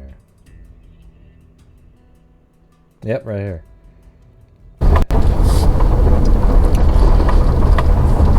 So we all just parked right there, and then okay, let's see what we got here.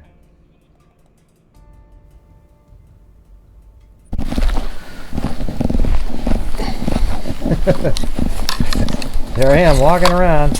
There's my drone, man. The Mavic 2. Do something where it's just drone, and there's like you don't have Misty right on the days on a day or something that you don't have the other search. Yeah, for sure. Because then let me know ahead of time, and then I can actually program Like a map. in a route, and it can just be like. you know, get out here and you load it up, and then it just.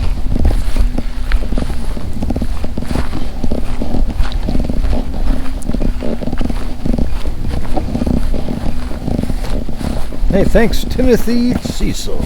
Gray, this is very interesting stuff. I like listening while I play video games. Thanks, man, for your work. Clapping hands, medium skin tone. Alright, man, thanks.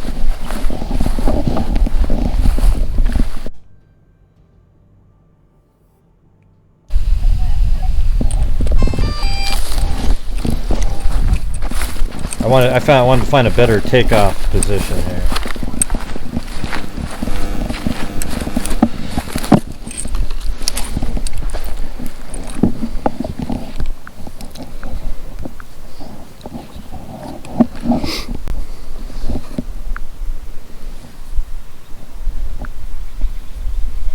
Yeah, sometimes you have to reopen it to get the connection.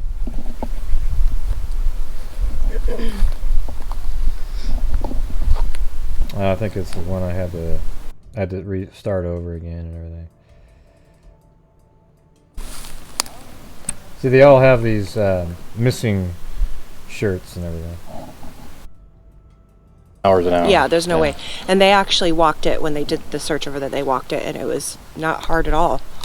Really? Yeah. Okay, good. It took like 15 minutes, so. So right now there's a whole bunch of people that went down this really steep hill over here and are looking around. Okay, now it's gonna work.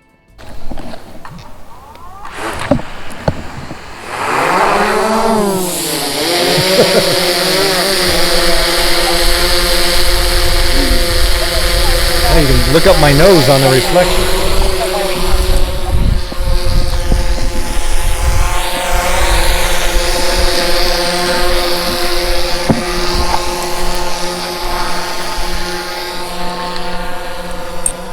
Oh, there it is. Look at that.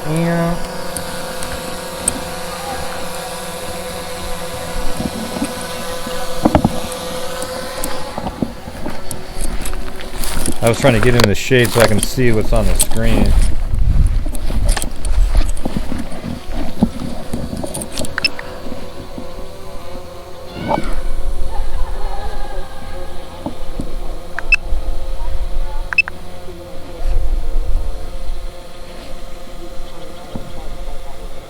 So you can kind of see it's looking down on the ground right there. So you can see it right there, look.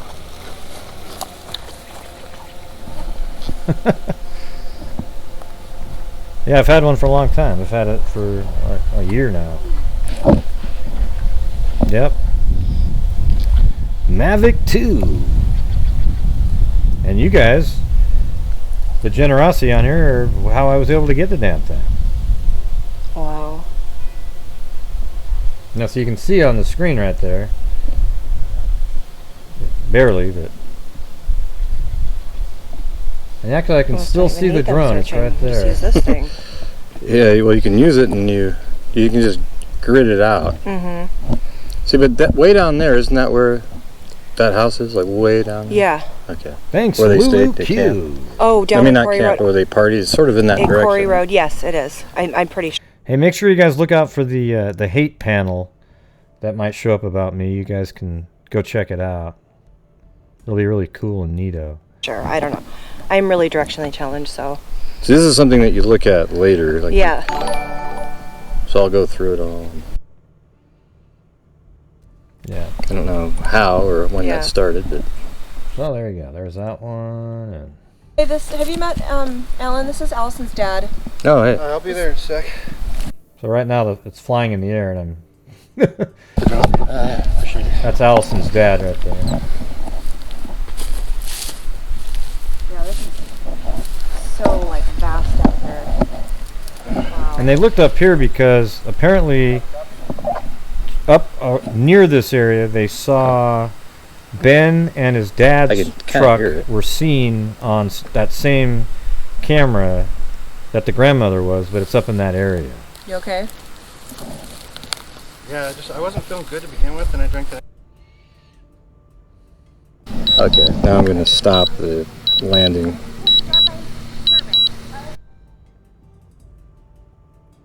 I think I catch it or something.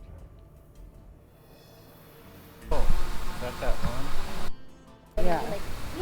It's weird when it gets wet. I had it almost a let's see.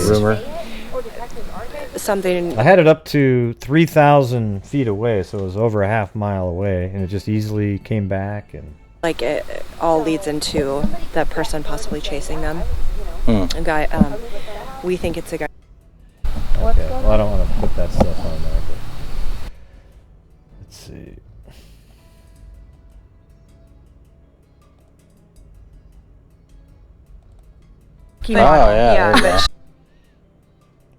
Yeah, that's the sister of.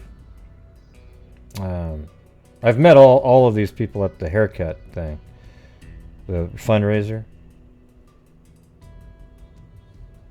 So that's this lady right here. Abby's getting off birth control. Is that that's the sister, and then we've got this one. Hold on, wait. Yeah, so Allison, and that's her sister, and the one in the middle, I don't know if she's like just a good friend or a cousin. Thanks, Gray, for the awesome coverage on this case. Smiling face with smiling eyes. How dare you? Yeah, so you know, here's the thing I don't like. I don't like when I'm recording and I'm just recording regular stuff, and then if they have a moment where they're laughing and talking about other stuff, all the judgmental jerks that show up on the shows thinking, how come they're talking about that? They could be talking about, and it's like, just get over yourself, okay? Let them have a moment where they can just laugh and talk about their regular world stuff, and then they get back to... So I always cringe. I don't even want to play the conversations and stuff like that. And it's really nobody's business anyway, so I'm not going to do it.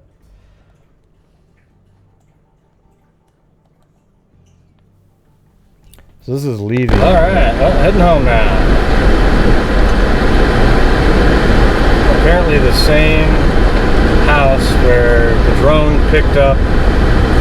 Yeah, I'm just not getting a good vibe from them, you know, and those kind of comments. I just want to. I wish I had the ability to press a button and ban them from social media for like a year, just by pressing a button. They can't go on to any other Facebook, YouTube, or anything.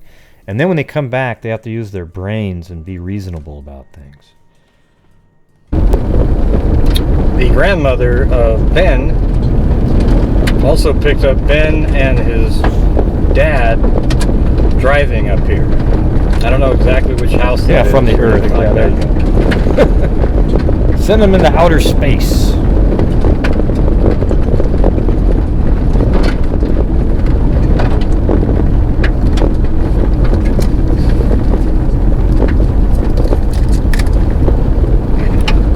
Yeah, that's what I was thinking too, Running Fox. Something like that.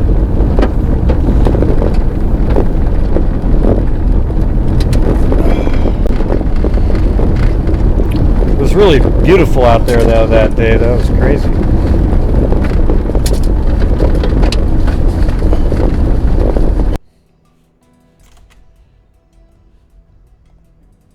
Yeah, and I think there was a certain point. That's right. It just ran out. This is where we all met in the morning. See, they had two search and rescue dogs there. I'm sure. Fly the drone around and look for Savannah. Allison Watterson. Here's a group of people that shows up on a Thursday out here in North Plains. I was able to get a nice sugar donut with some jelly inside, though. I like that. And this guy is letting people search his property. Because this is one of the locations where apparently Ben was seen. But as you can see, it's not a bad turnout. And there's a couple search and rescue dogs as well. And they're already kind of just sort of sniffing around over there.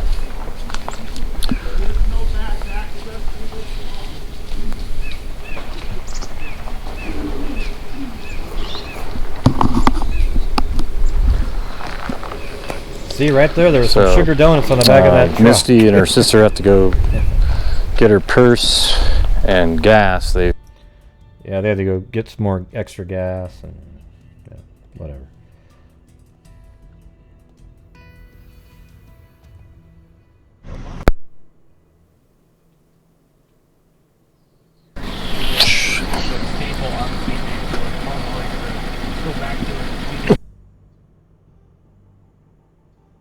the bank yet. Yeah, no, you For would. tips. So do it. It's just a matter of having the time to do it. Time, you know, like a couple hours here, Yeah. just any day of the week. Right. So, you know. I was looking for the clubhouse at all. He's looking for as many birdies as possible as he enters. What a perfect day though. There isn't one cloud. Oh my God, she said Anywhere. it was gorgeous. You should be only thinking about that. I had one of the donuts, so if you don't mind. You what? I ate one of the donuts. Oh no, but you help yourself. I was like, hey, wait a minute. Hi, I'm Billy Macy. Oh, hey, Nice to meet you in person. That's my Heard a lot of sister. great things about you. Thank you. Thank you. This is great. He does the he has a YouTube channel. Oh, that's He's right. the one that did the Yes, first yes. interview, and he's been out with. Recognize your voice. Oh yeah. He's been out with. Maybe I should sound like this. You have a great radio voice. Oh, thank you. You do. Very, very, very. He's been out doing drone searches She said I had a radio voice. like day 1, day 2. He went on Bill's property the first day, and then Bill told him to leave the second day. Let me turn this off. Are we going fishing? I'm always prepared for anything. You know, when you're driving around and you're like, oh God, look at that. That's gotta a be good idea. You know, interesting. This way. Have my water with No, I'm only 5'11". Interesting little. But with those boots thing. on, man, I'm like Kind of sad. 6'8". But you know the accident that was over on Glencoe Road and Wren? It was on Washington County Scanner. See, right now I have it on the chest camera, so I should have remembered to take it off. Today? No, it was the last week. Head-on collision. Somebody died. Yeah, I didn't hear It about was that. Bill Gaydon's sister that lives. Oh yeah, you know what's crazy? The guy's name is Bill that kicked me off the property. Oh wow. Here, look at this. Watch this place right here. Let's see.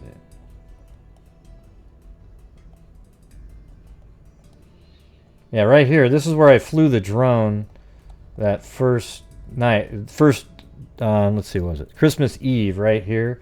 Then I went back out there on Christmas, and I was standing right there, and he kicked me off of there. But what's crazy is his sister. I mean, it's really sad, but she got.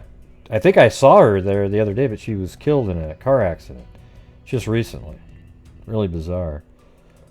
I mean, what are the odds of that? But I was out there like on January 2nd driving around, and I thought I saw her standing there.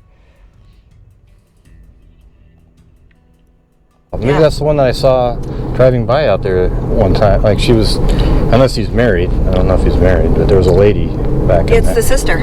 Oh, really? Mm-hmm. Wow. That's crazy. Sad. Wait, what? He just didn't like that I was actually on his property that time. I was standing let's see. The first time I was more on the road, and then I walked onto his property so I could see through this valley, and he didn't like that. Okay. I know I'm going slow right this second, but that was the message that you sent. You have snow tires on? I totally was telling everybody like that this is going to be the worst year ever. It's that. First year in the world to put them on, because I don't even think we had a quarter of an inch. You know what? I totally. See, right now we're talking about why I put snow tires on. And see, this is where you get all these people that say stupid shit like, what are they talking about, snow tires? Oh my God. I was telling everybody like that this is going to be the worst year ever for snow. Like I was convinced that It seemed like it. like Snowpalooza, like crazy, but nope, nothing. Which is good. Is this the way you get to the that property where the truck was? Yes. Okay. Yep. No. Oh, to Collins Road? Well, you can. I'm kind of freaking out looking at my hands on the steering wheel, but it's just the way the camera, the wide angle lens is like that. It looks like my arms are like 45 feet long and I'm sitting way back, but that's not really what it is. You can skirt over Okay. and cross over. So what's the reason to search this area right here? Or maybe you can't say. I don't know. I'm not sure. I've threw out bits and Hey, I pieces made of Kit people Kat throwing laugh. out All information. right. This has came up a few times. Okay. And then that sighting was over on the Jackson School Road. Well, that morning that he took the truck, that him and Allison, they pulled into that farmer's place. Yeah, down right. there. Yep. Well, they took off this way. Ah. But isn't this sort of heading towards where the car was? Yes. Yeah. Yeah, you can go to. Yeah, see, this makes sense. This is where they were headed when they left that farm where they were caught on surveillance in that, you know, the red truck surveillance. No, I don't have it up anymore, but From here. So maybe that's, I don't know. Yeah, I mean, Yeah, I had to heat up the yeah, the dogs hit near Bill's place. That's pretty hot. yeah, your seats are nice and warm. You have heated seats. Yeah, I was just noticing it. One of the hardest things is just to have regular, you know, sort of frank conversations, like about like, hey, this is what we're doing. Yeah. Because it's always sort of this negative, like, you know, where you're searching wouldn't be great. Yeah. Yeah, see, think about how shitty it is for her to set up these searches in these wooded areas, knowing that if you find something, it's not going to be good. So every time they don't find her, it's good, but it's also, it just keeps going and going and going. I mean, what a nightmare this is. I've never been out here. I say search everywhere. Yeah. You know, search the whole world if I have to.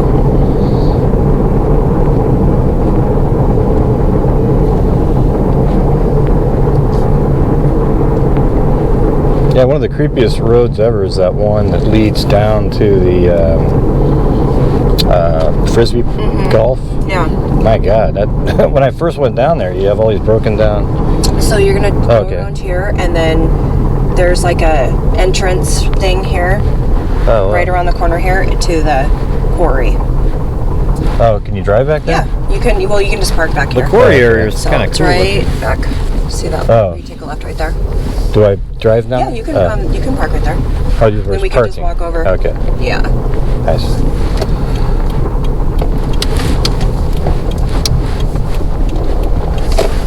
Maybe I'll just go over here or something. Perfect. So we're just going to be walking over there? Yeah. Okay. Yeah, there's all the drone shit I got to put together. And Okay, let me try to get it set up here and we'll just...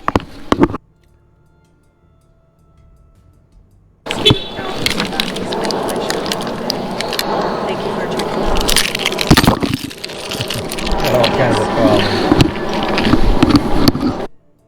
I'm not sure if it was up in the air at that point or this one. No, it's backing up. Right, well, jeez. Somebody comes around here. Oh yeah.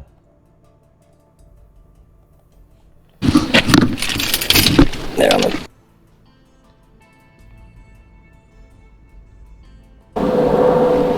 Alright. Shit. Of course it's the last place in the world. Wait, did I leave it in the car? Hold on, now I gotta check. Jesus. Where were they just gone? Shit. Oh, they're there. I was looking for my keys, I think.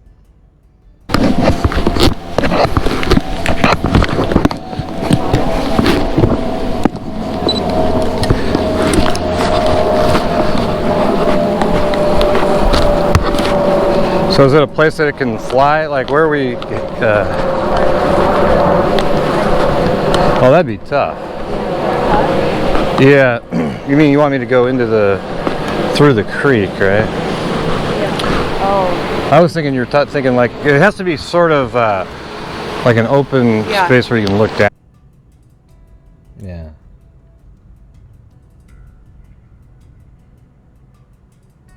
So I did fly it up in that area. I guess I could fly right here and have to do that myself. No, yeah, we just want to do it. Something weird happened to the video. I was looking at that. It just kind of froze up. I guess it cut out. Now I do have. Let's see if I can find. I do have Maybe I'll show some of the drone footage from there. So that's right by that fence that you were just looking at. And then it takes off. And I mean, even though that's a quarry, it looks pretty cool. But what I try to do is just fly it straight out. The thing is, if I can get where we're going first, I can what do you call it? Plot out a map, and then you just load it up, and it'll fly back and forth at a certain speed, and you can just have it look down. I also have a 360-degree camera that you can attach to it.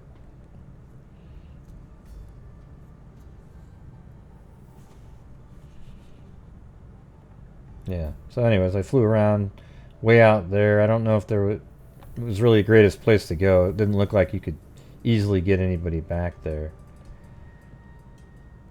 But it's pretty clear footage though, right?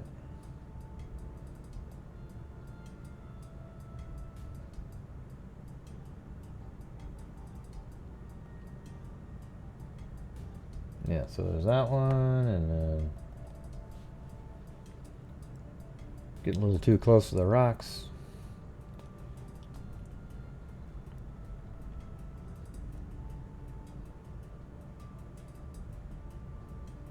I actually want to go out there and go fishing in that little creek.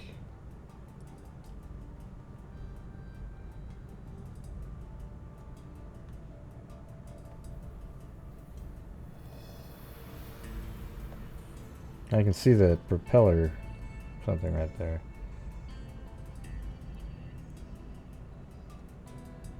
I think I was getting a little too close to the trees right there. I'm not going to kid you.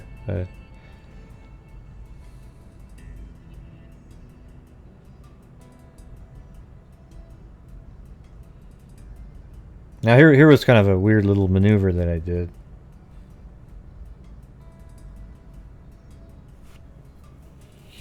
That's what I was thinking. Definitely trout. Yeah, I'd love to go out there. Actually just to bring the GoPro camera and just put it in the water, see what's up.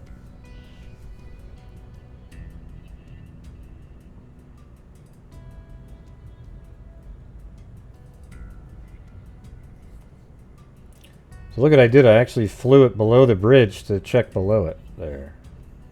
That was kind of an easy way to do it without having to go down there. How creepy would that have been if there was actually something down there? Oh boy. See right there, there's guarantee there's a little trout there, right there. Well, you're not terrified of this water, are you? It's like literally, if you drown in this water, Darwin was calling your name.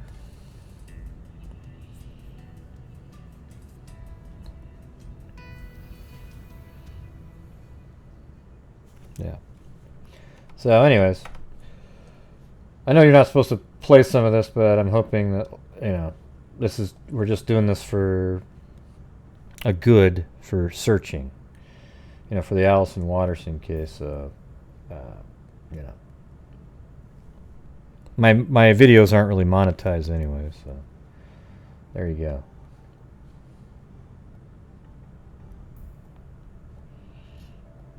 There was something that kind of creeped me out when I was flying. I flew it out over this field too, and then I got to this spot where there was this pipe, and then I saw something right there, and it kind of freaked me out. I was like, whoa, what is that? And I flew down there, but apparently it didn't get recorded. That was just sort of a paint bucket.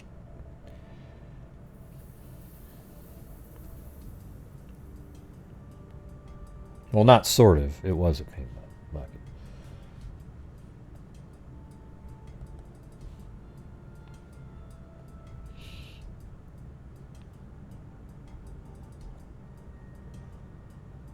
Yep, there I am. I'm going to catch it. I'm blurry, though. Yeah. Oh, look at that, everybody. I do not have on New Balance shoes right there. Okay? So if you see Kelsey out there, tell her that I was wearing non-New Balance shoes at one point.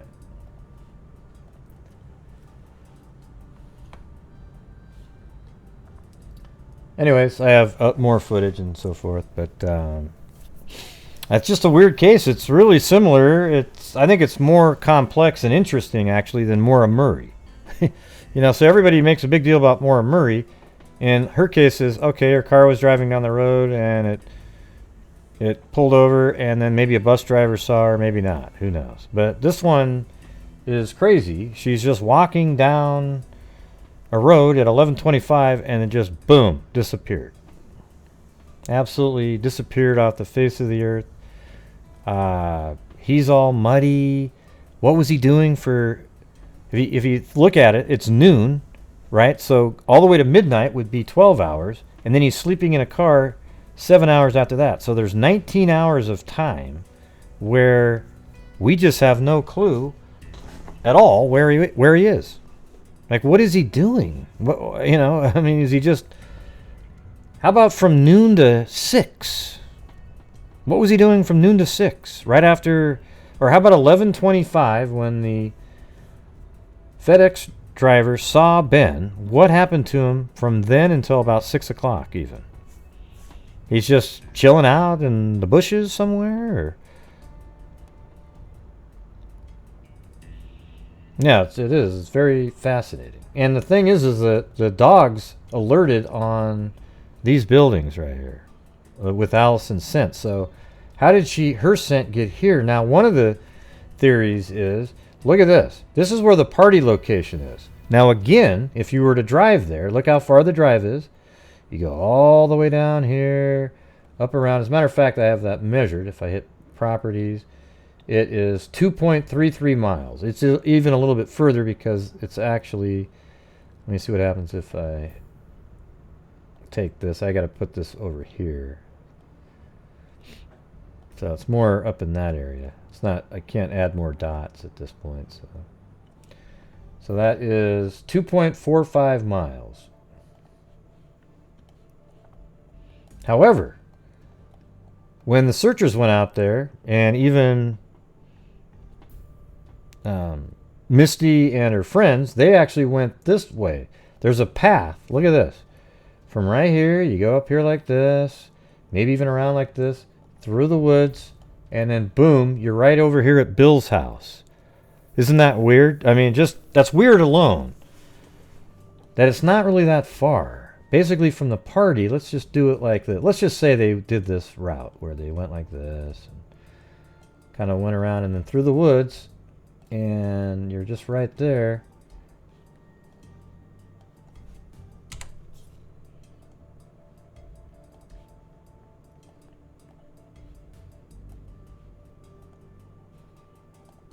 Yeah, 0.64 miles.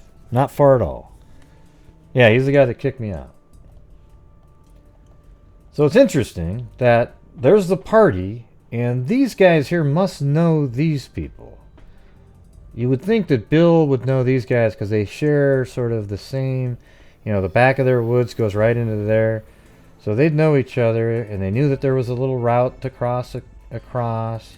Somehow Allison, you know, it makes you think, though, too, that she could have still been around with Ben from 11:25 all the way to 5, 6 o'clock, too. Who knows? You know? It's just really, really strange. I'd love to just be able to force Ben to tell me the truth. Waterboarding would be absolutely something I'd love to be able to do. So look at right now, there's 369 people watching. How many have hit the like button? I know about 100 of you are trolls waiting for some mess up somehow so you can report back to your minions, or report to your minion. Here, let me do this right here. We gotta hit the like button, everybody. I'm fired out of it now 10. Down 15, all right, but I'm better on 15, I'm better on 15, like 20, I'm better on 15, better on 20, I'm fine, but I'm better on 30, and 30, and 30, 25, but I'm better on 30, you want to be 30, sir, 25, but then you're out, I'm better on 25, but I'm better on 30, 30, hit the like button, hit the like button. Here we go. I'm fired out of it, 10 down, 15 on the mind, but I'm barrel 15, I'm 15, 20, I'm barrel 15, 20, 35, 40, 30, and 30, and 30, 25, I'm barrel 30, 30, sir, 25, I'm you're out, I'm barrel 25, I'm barrel 30, 30, now 5, I'm 30. There you go. All right. Did we boost it up? What are we at now?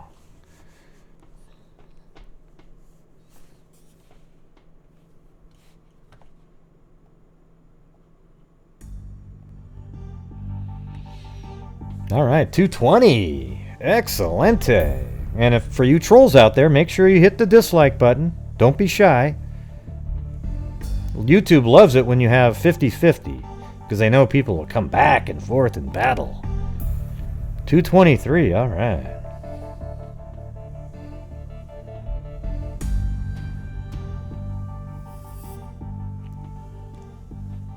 Excellent. Sal 1, excellent. Glad I was able to help.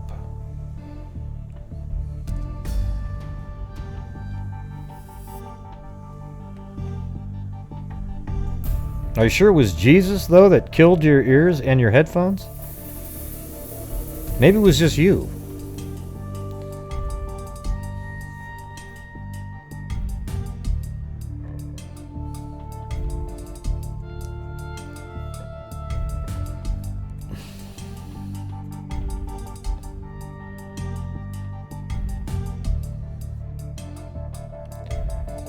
Yeah, I don't know what that means. That's not my last name. My name is Hughes, Gray Hughes. Sal 1. What do you got on your logo there? Your icon? I've seen that on other people too.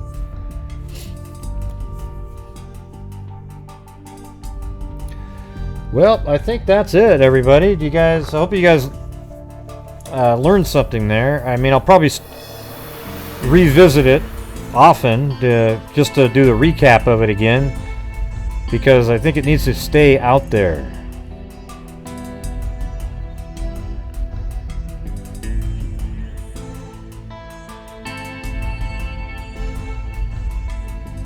Yeah, maybe running Fox. Hard to say. Hard to know for sure. It could be something like that.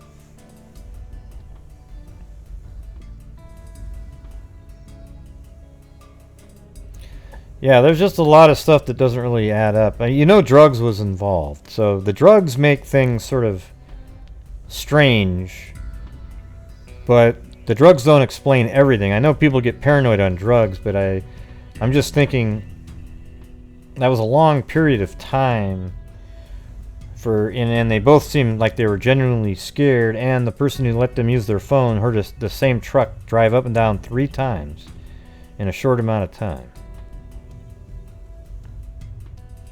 Hey, thank you, Sarita Hilly.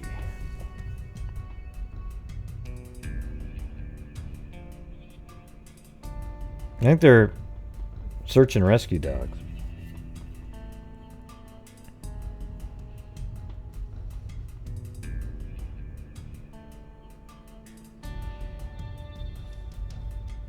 Yeah, it'd be cool to get together with some actual other people that live around here that want to go out there and just... Here's what I think. I think the place that they really need to search thoroughly with a lot of people and over multiple days is this area right here. I would say this area, from this entire area inside of this right there, this whole area, I would search this. I don't know if you would include that area. That's really dense, but I would just say right there as a starting spot. Every single tiny bit of that. Or, not tiny, it's huge. But, yeah. That's where I would go first. And then maybe try something like this whole area. And that. I mean, it's just... Those are the main areas, basically right like that.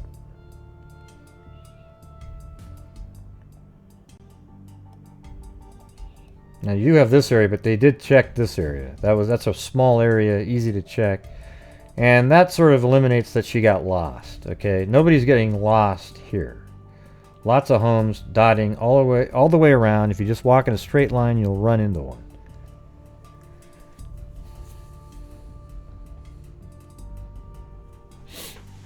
Now Ben, he's all lawyered up. He's not talking to anybody. Yeah, the dogs hit right here. The dogs hit here, and the party was here, and this is where they stayed from Friday all the way to Saturday evening. And then Ben was sleeping in this area. Did he make it back over to the house somehow? You know, something is up here. You know, something's going on in there. But she was last seen here, but she could have easily made it down here with Ben. But nobody saw her except maybe some of these people right here.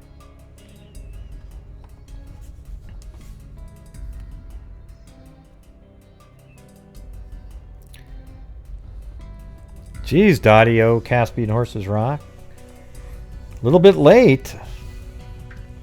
Thanks a lot.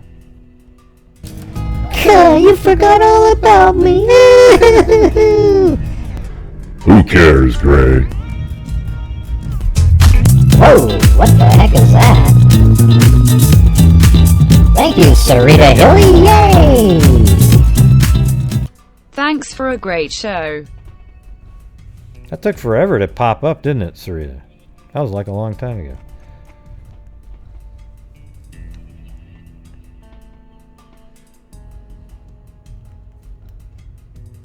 Yeah, that was crazy. It took her like 10 minutes.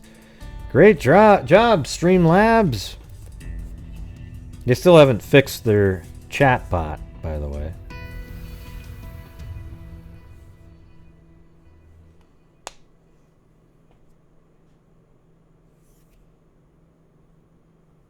Mm-hmm. Right.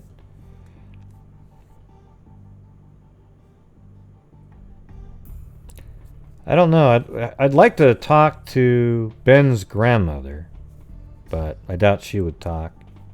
I'd like to talk to the friend that picked them up. Allison's friend. I wonder if I could actually speak with her. She picked them up at the party location on Saturday and then dropped them off in the town. I'd like to have more information about that. Where did she drop them off? What did they say they were going to be doing?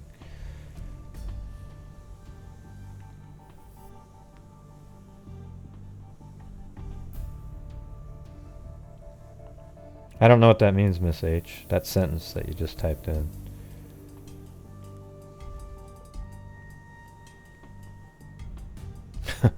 Gray, that party where the people there chatted too. I don't know what that means. I really...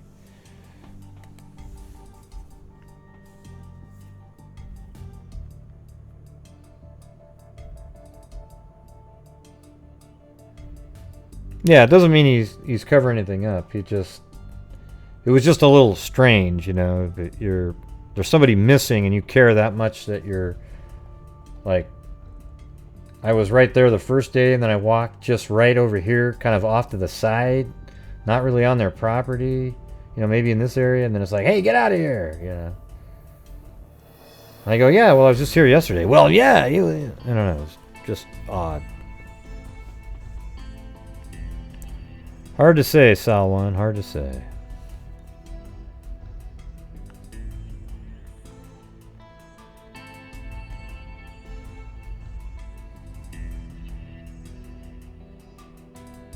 I don't know if they were why would they be interrogated at the party? I don't get it. You mean the people that were at the party, were they interrogated? I don't know answers to that, like who police have questioned and everything.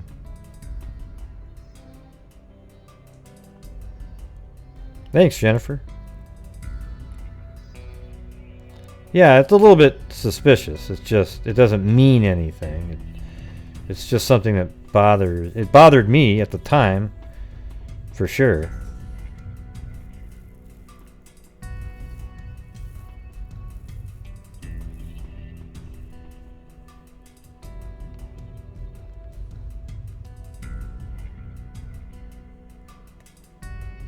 Yeah.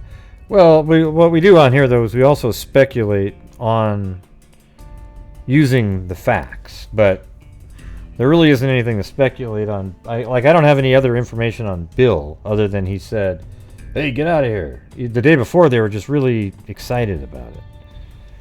And right when that happened, the search and rescue team had just pulled up, and he said, "Yeah, it was right here," apparently. Because that's apparently where he was in some blackberry bushes or something. But it's weird how the dog hit on Allison's scent around by these buildings here. And that's why then they walked across down to here. Hey, thanks, Lex.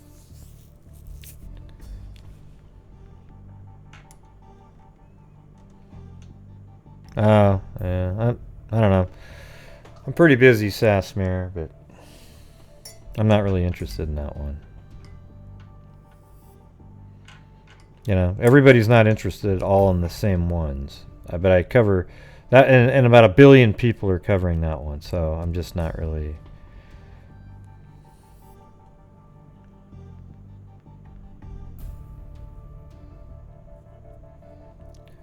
Let's see...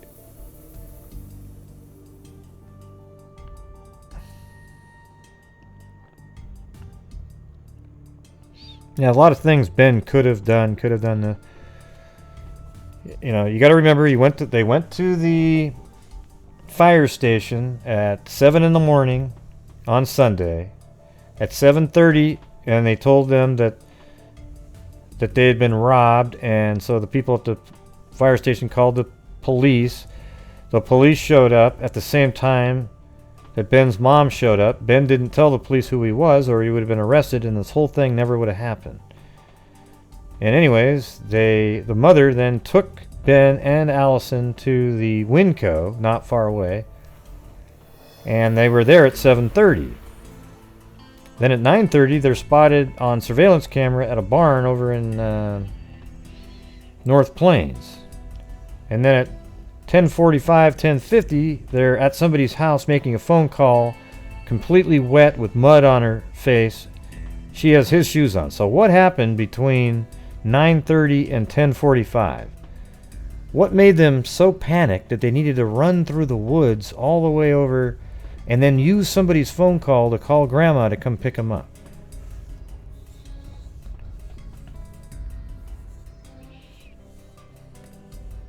Yeah, I mean, it really is a nightmare for Misty, for sure. All of them. They've all put their lives on hold. Their entire focus every single day is finding Allison.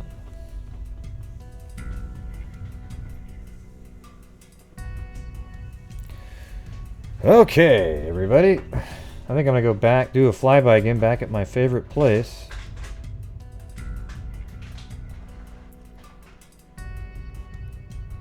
But I'm going to find a new location out here because it's such a big area.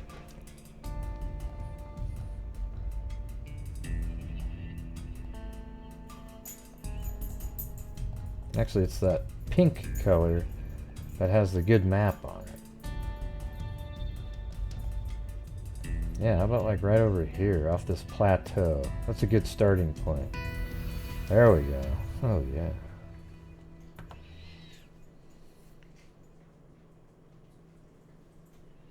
Yeah, Misty does feel like she's still alive.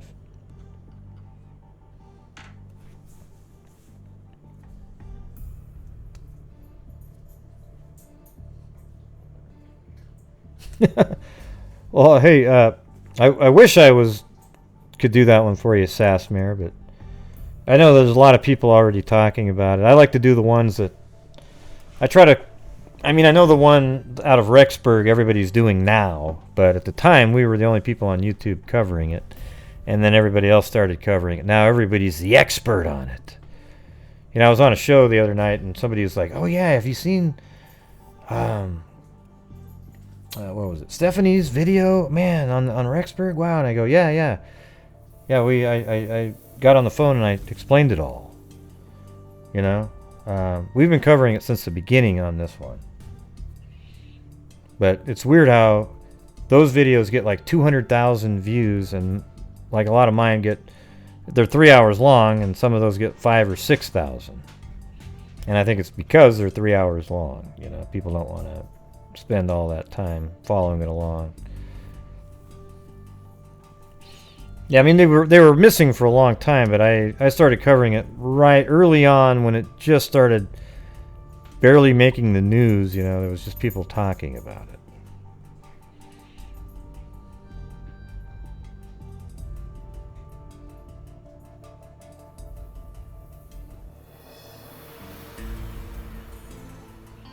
Yeah, I don't, you know, I might show stuff like that, Marissa, but it, you know, it's just part of, you know, I don't care about the views. I'm not going to upload a video. Look at this, Chad walking into the airport. Yay! That's what all the idiots were doing during the Chris Watts case. Every little thing, they'd make an 8-minute video of this, 8-minute, oh, and everybody was just, oh, glued to it. Yeah. Pretty close. I don't remember anybody else talking about it when we started doing it.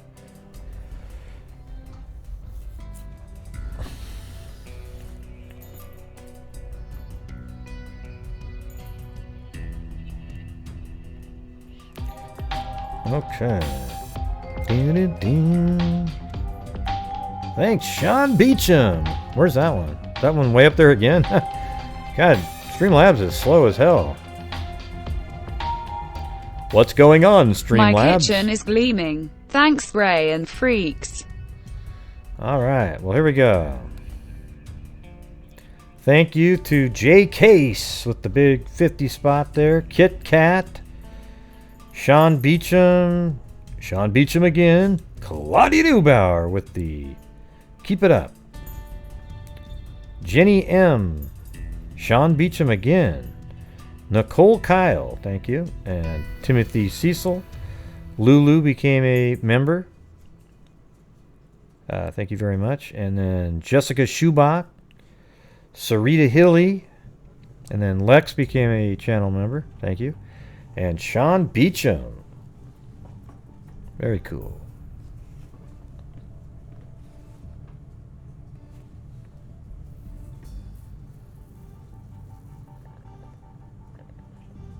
Oh, and then also, hold on a second.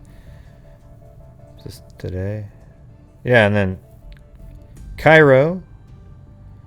And then Kyron with a 50 spot. This is all on PayPal.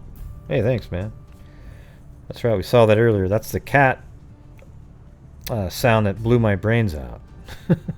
It was just like, I feel like listening to that. Or this one, anyway.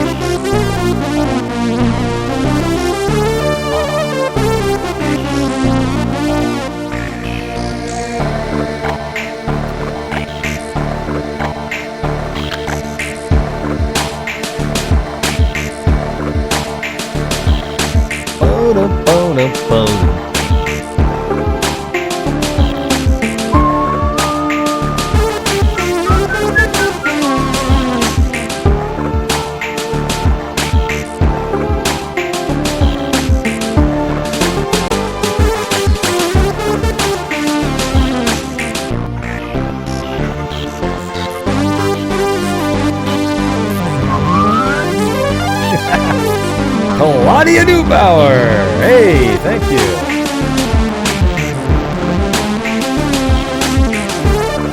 Claudia Neubauer.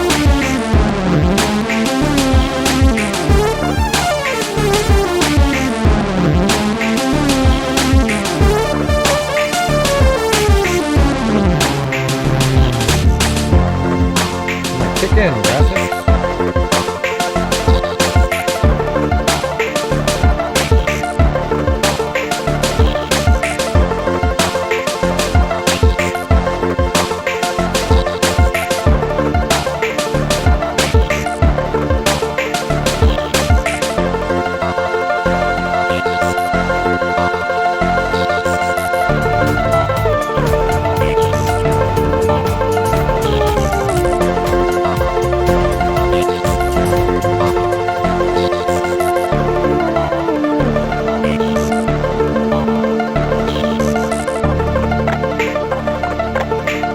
Bum, bum, bum, bum, bum, bum, bum, bum.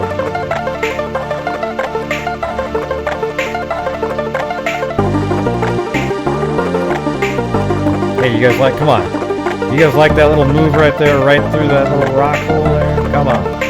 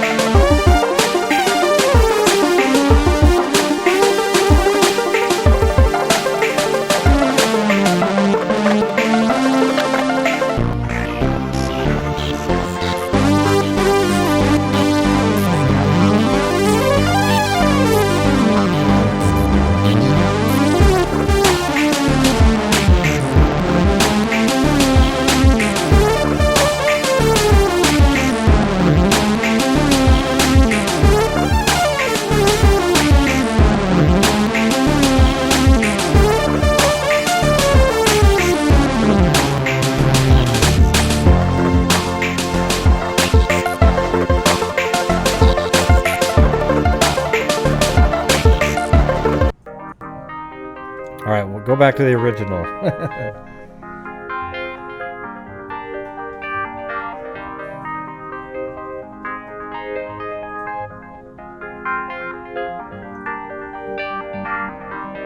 I think that music's awesome.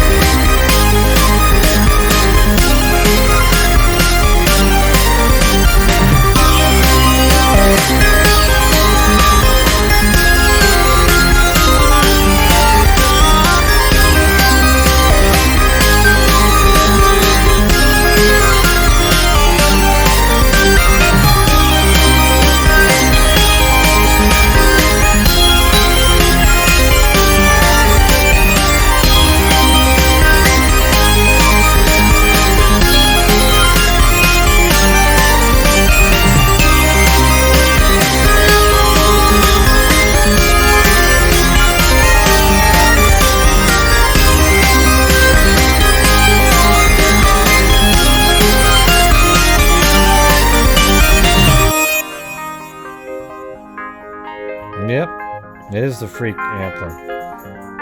Because the song itself is called Furious Freaks.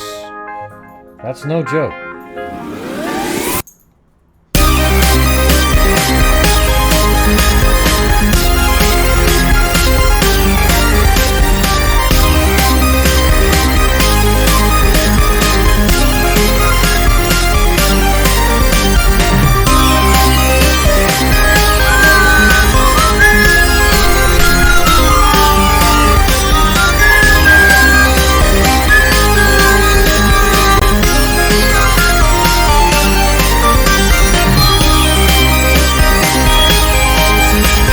Wow, that Lex sponsor thing just came in.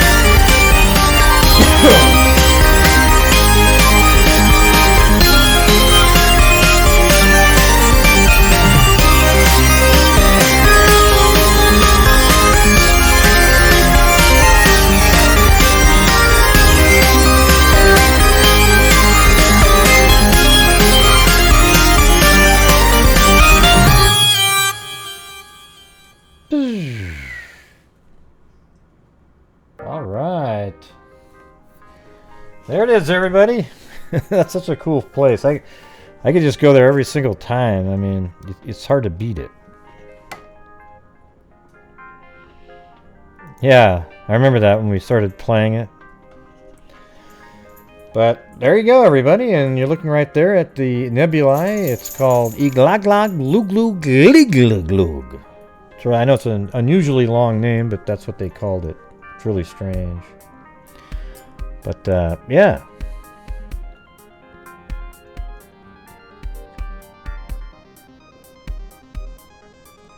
Oh, look at that. There's Chloe doing whatever she's doing. I don't know what she's doing.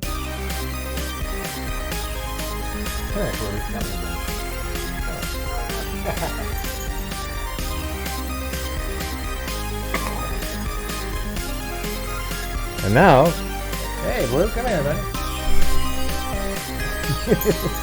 And there they are. Ah, Blue and Chloe, Blue and Chloe. All right, come on. What are you looking at, Blue? I know you can see it. Say hi to Kyron, Blue. No, you can't have me.